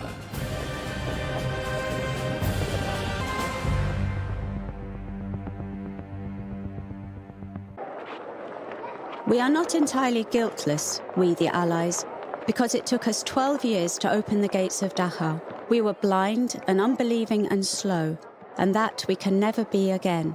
This took place on March the 20th, 1945. Arthur Axmann, leader of the Hitler Youth. On April the 21st, I went directly to the map room for my daily briefing on the war situation. German resistance was collapsing on all fronts. There could be no doubt that the end of the war in Europe was in sight. On April the 21st, our troops reached the Berlin Autobahn ring. The boss could still not believe that the Russians were at the gates. You will see. The Russians will suffer the biggest defeat, the bloodiest defeat in their history before the gates of Berlin. Karl Koller, Chief of the General Staff of the Luftwaffe. April the 22nd, 1945. This date marks the end of the Third Reich for me. I won't leave Berlin again.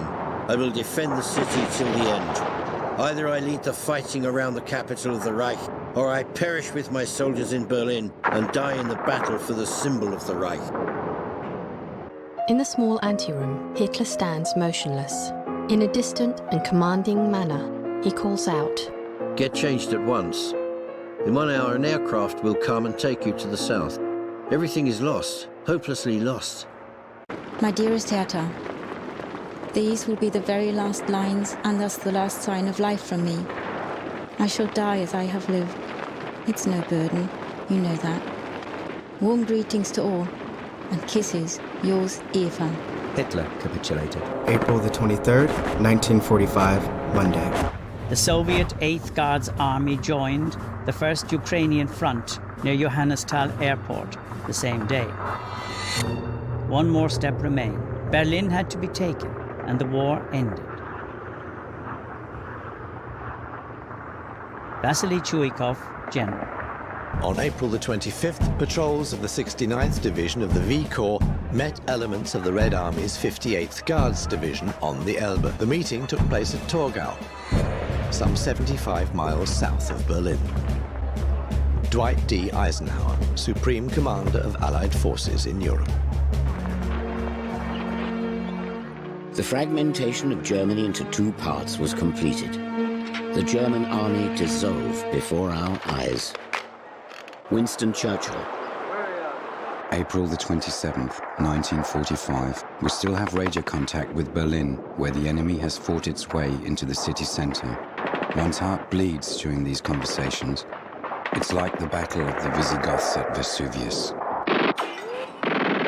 Alfred Jodl, Chief of Armed Forces High Command, Flensburg. The commander of the citadel.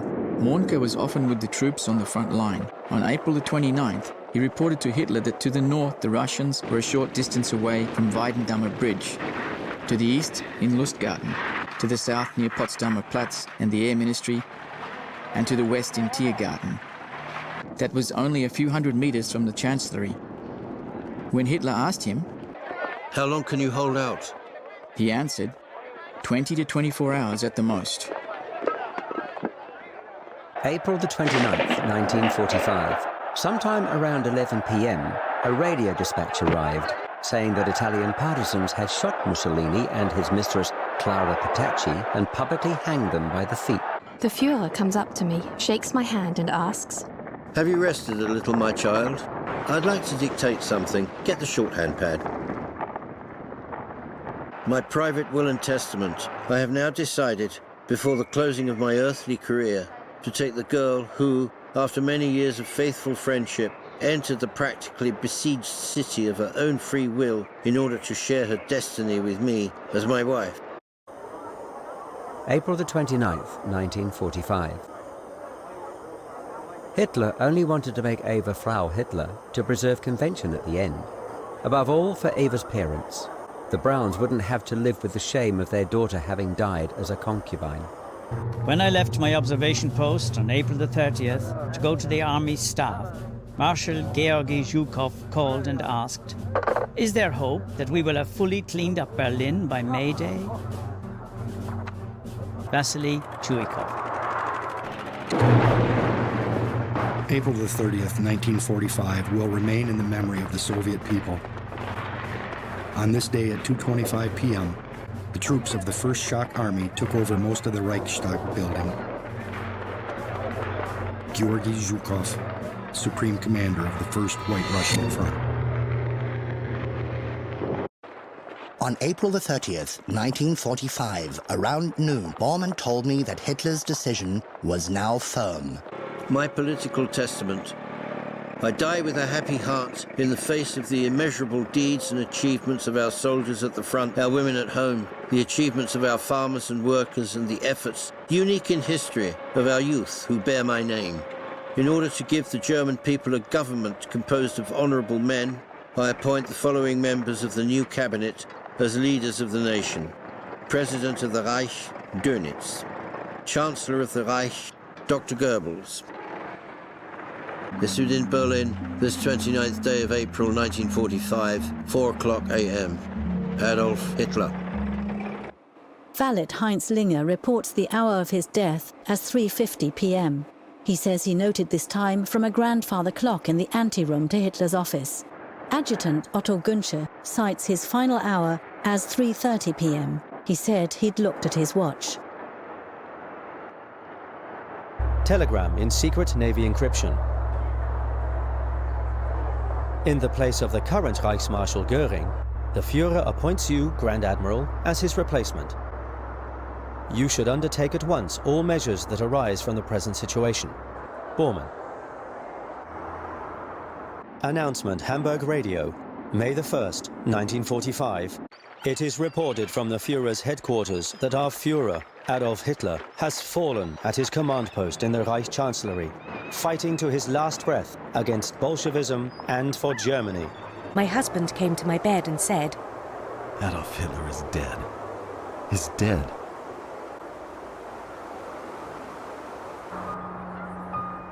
I'm just like the soldiers here, who look at the beautiful countryside, use the super modern comforts of their buildings, and wonder why the Germans wanted anything more. Lee Miller, US war photographer. The German Wehrmacht capitulated on May the 8th, 1945. After the Nazi surrender, Ike ordered a ceasefire. This is a solemn but glorious hour. I wish that Franklin D. Roosevelt had lived to see this day. General Eisenhower informs me that the forces of Germany have surrendered to the United Nations. Victory in Europe brought worldwide celebration. Winston Churchill called it the greatest outburst of joy in the history of mankind. Facing Air Chief Marshal Tedder and Marshal Zhukov is a conquered German general. Only when Field Marshal Wilhelm Keitel signed the German surrender in Berlin on the 9th of May 1945 did the Latvian Legion lay down its arms. Stalin asked Zhukov, "Have you forgotten how to ride a horse?" Zhukov said he could still ride. "Thank God," Stalin said, "because you will have to take the salute at the victory parade." Rokossovsky commanded the parade.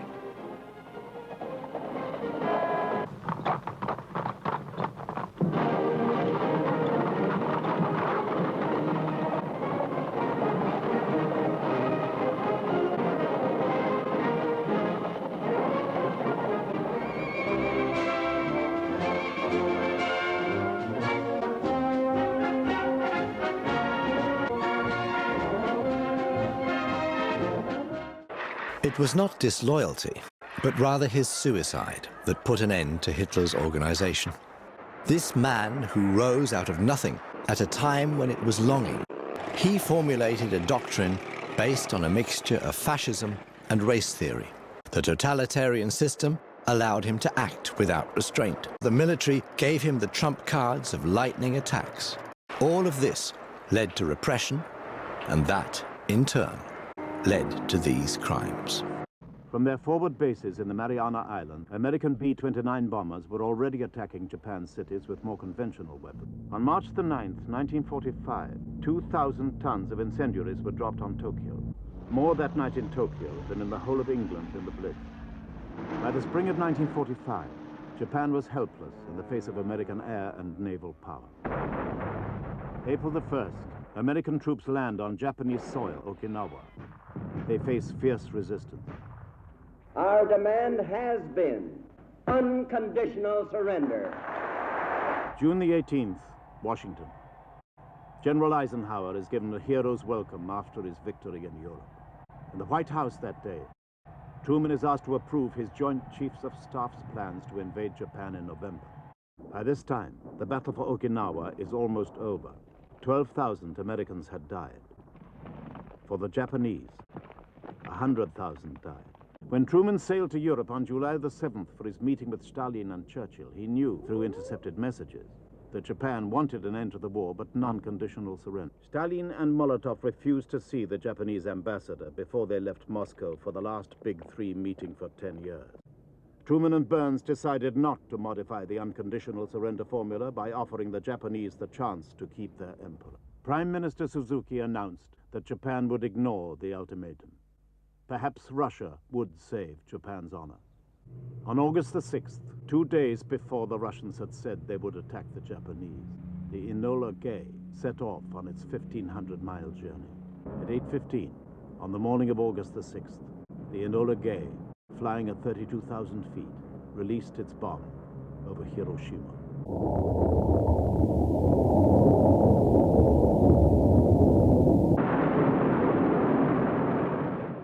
70,000 had died in Hiroshima.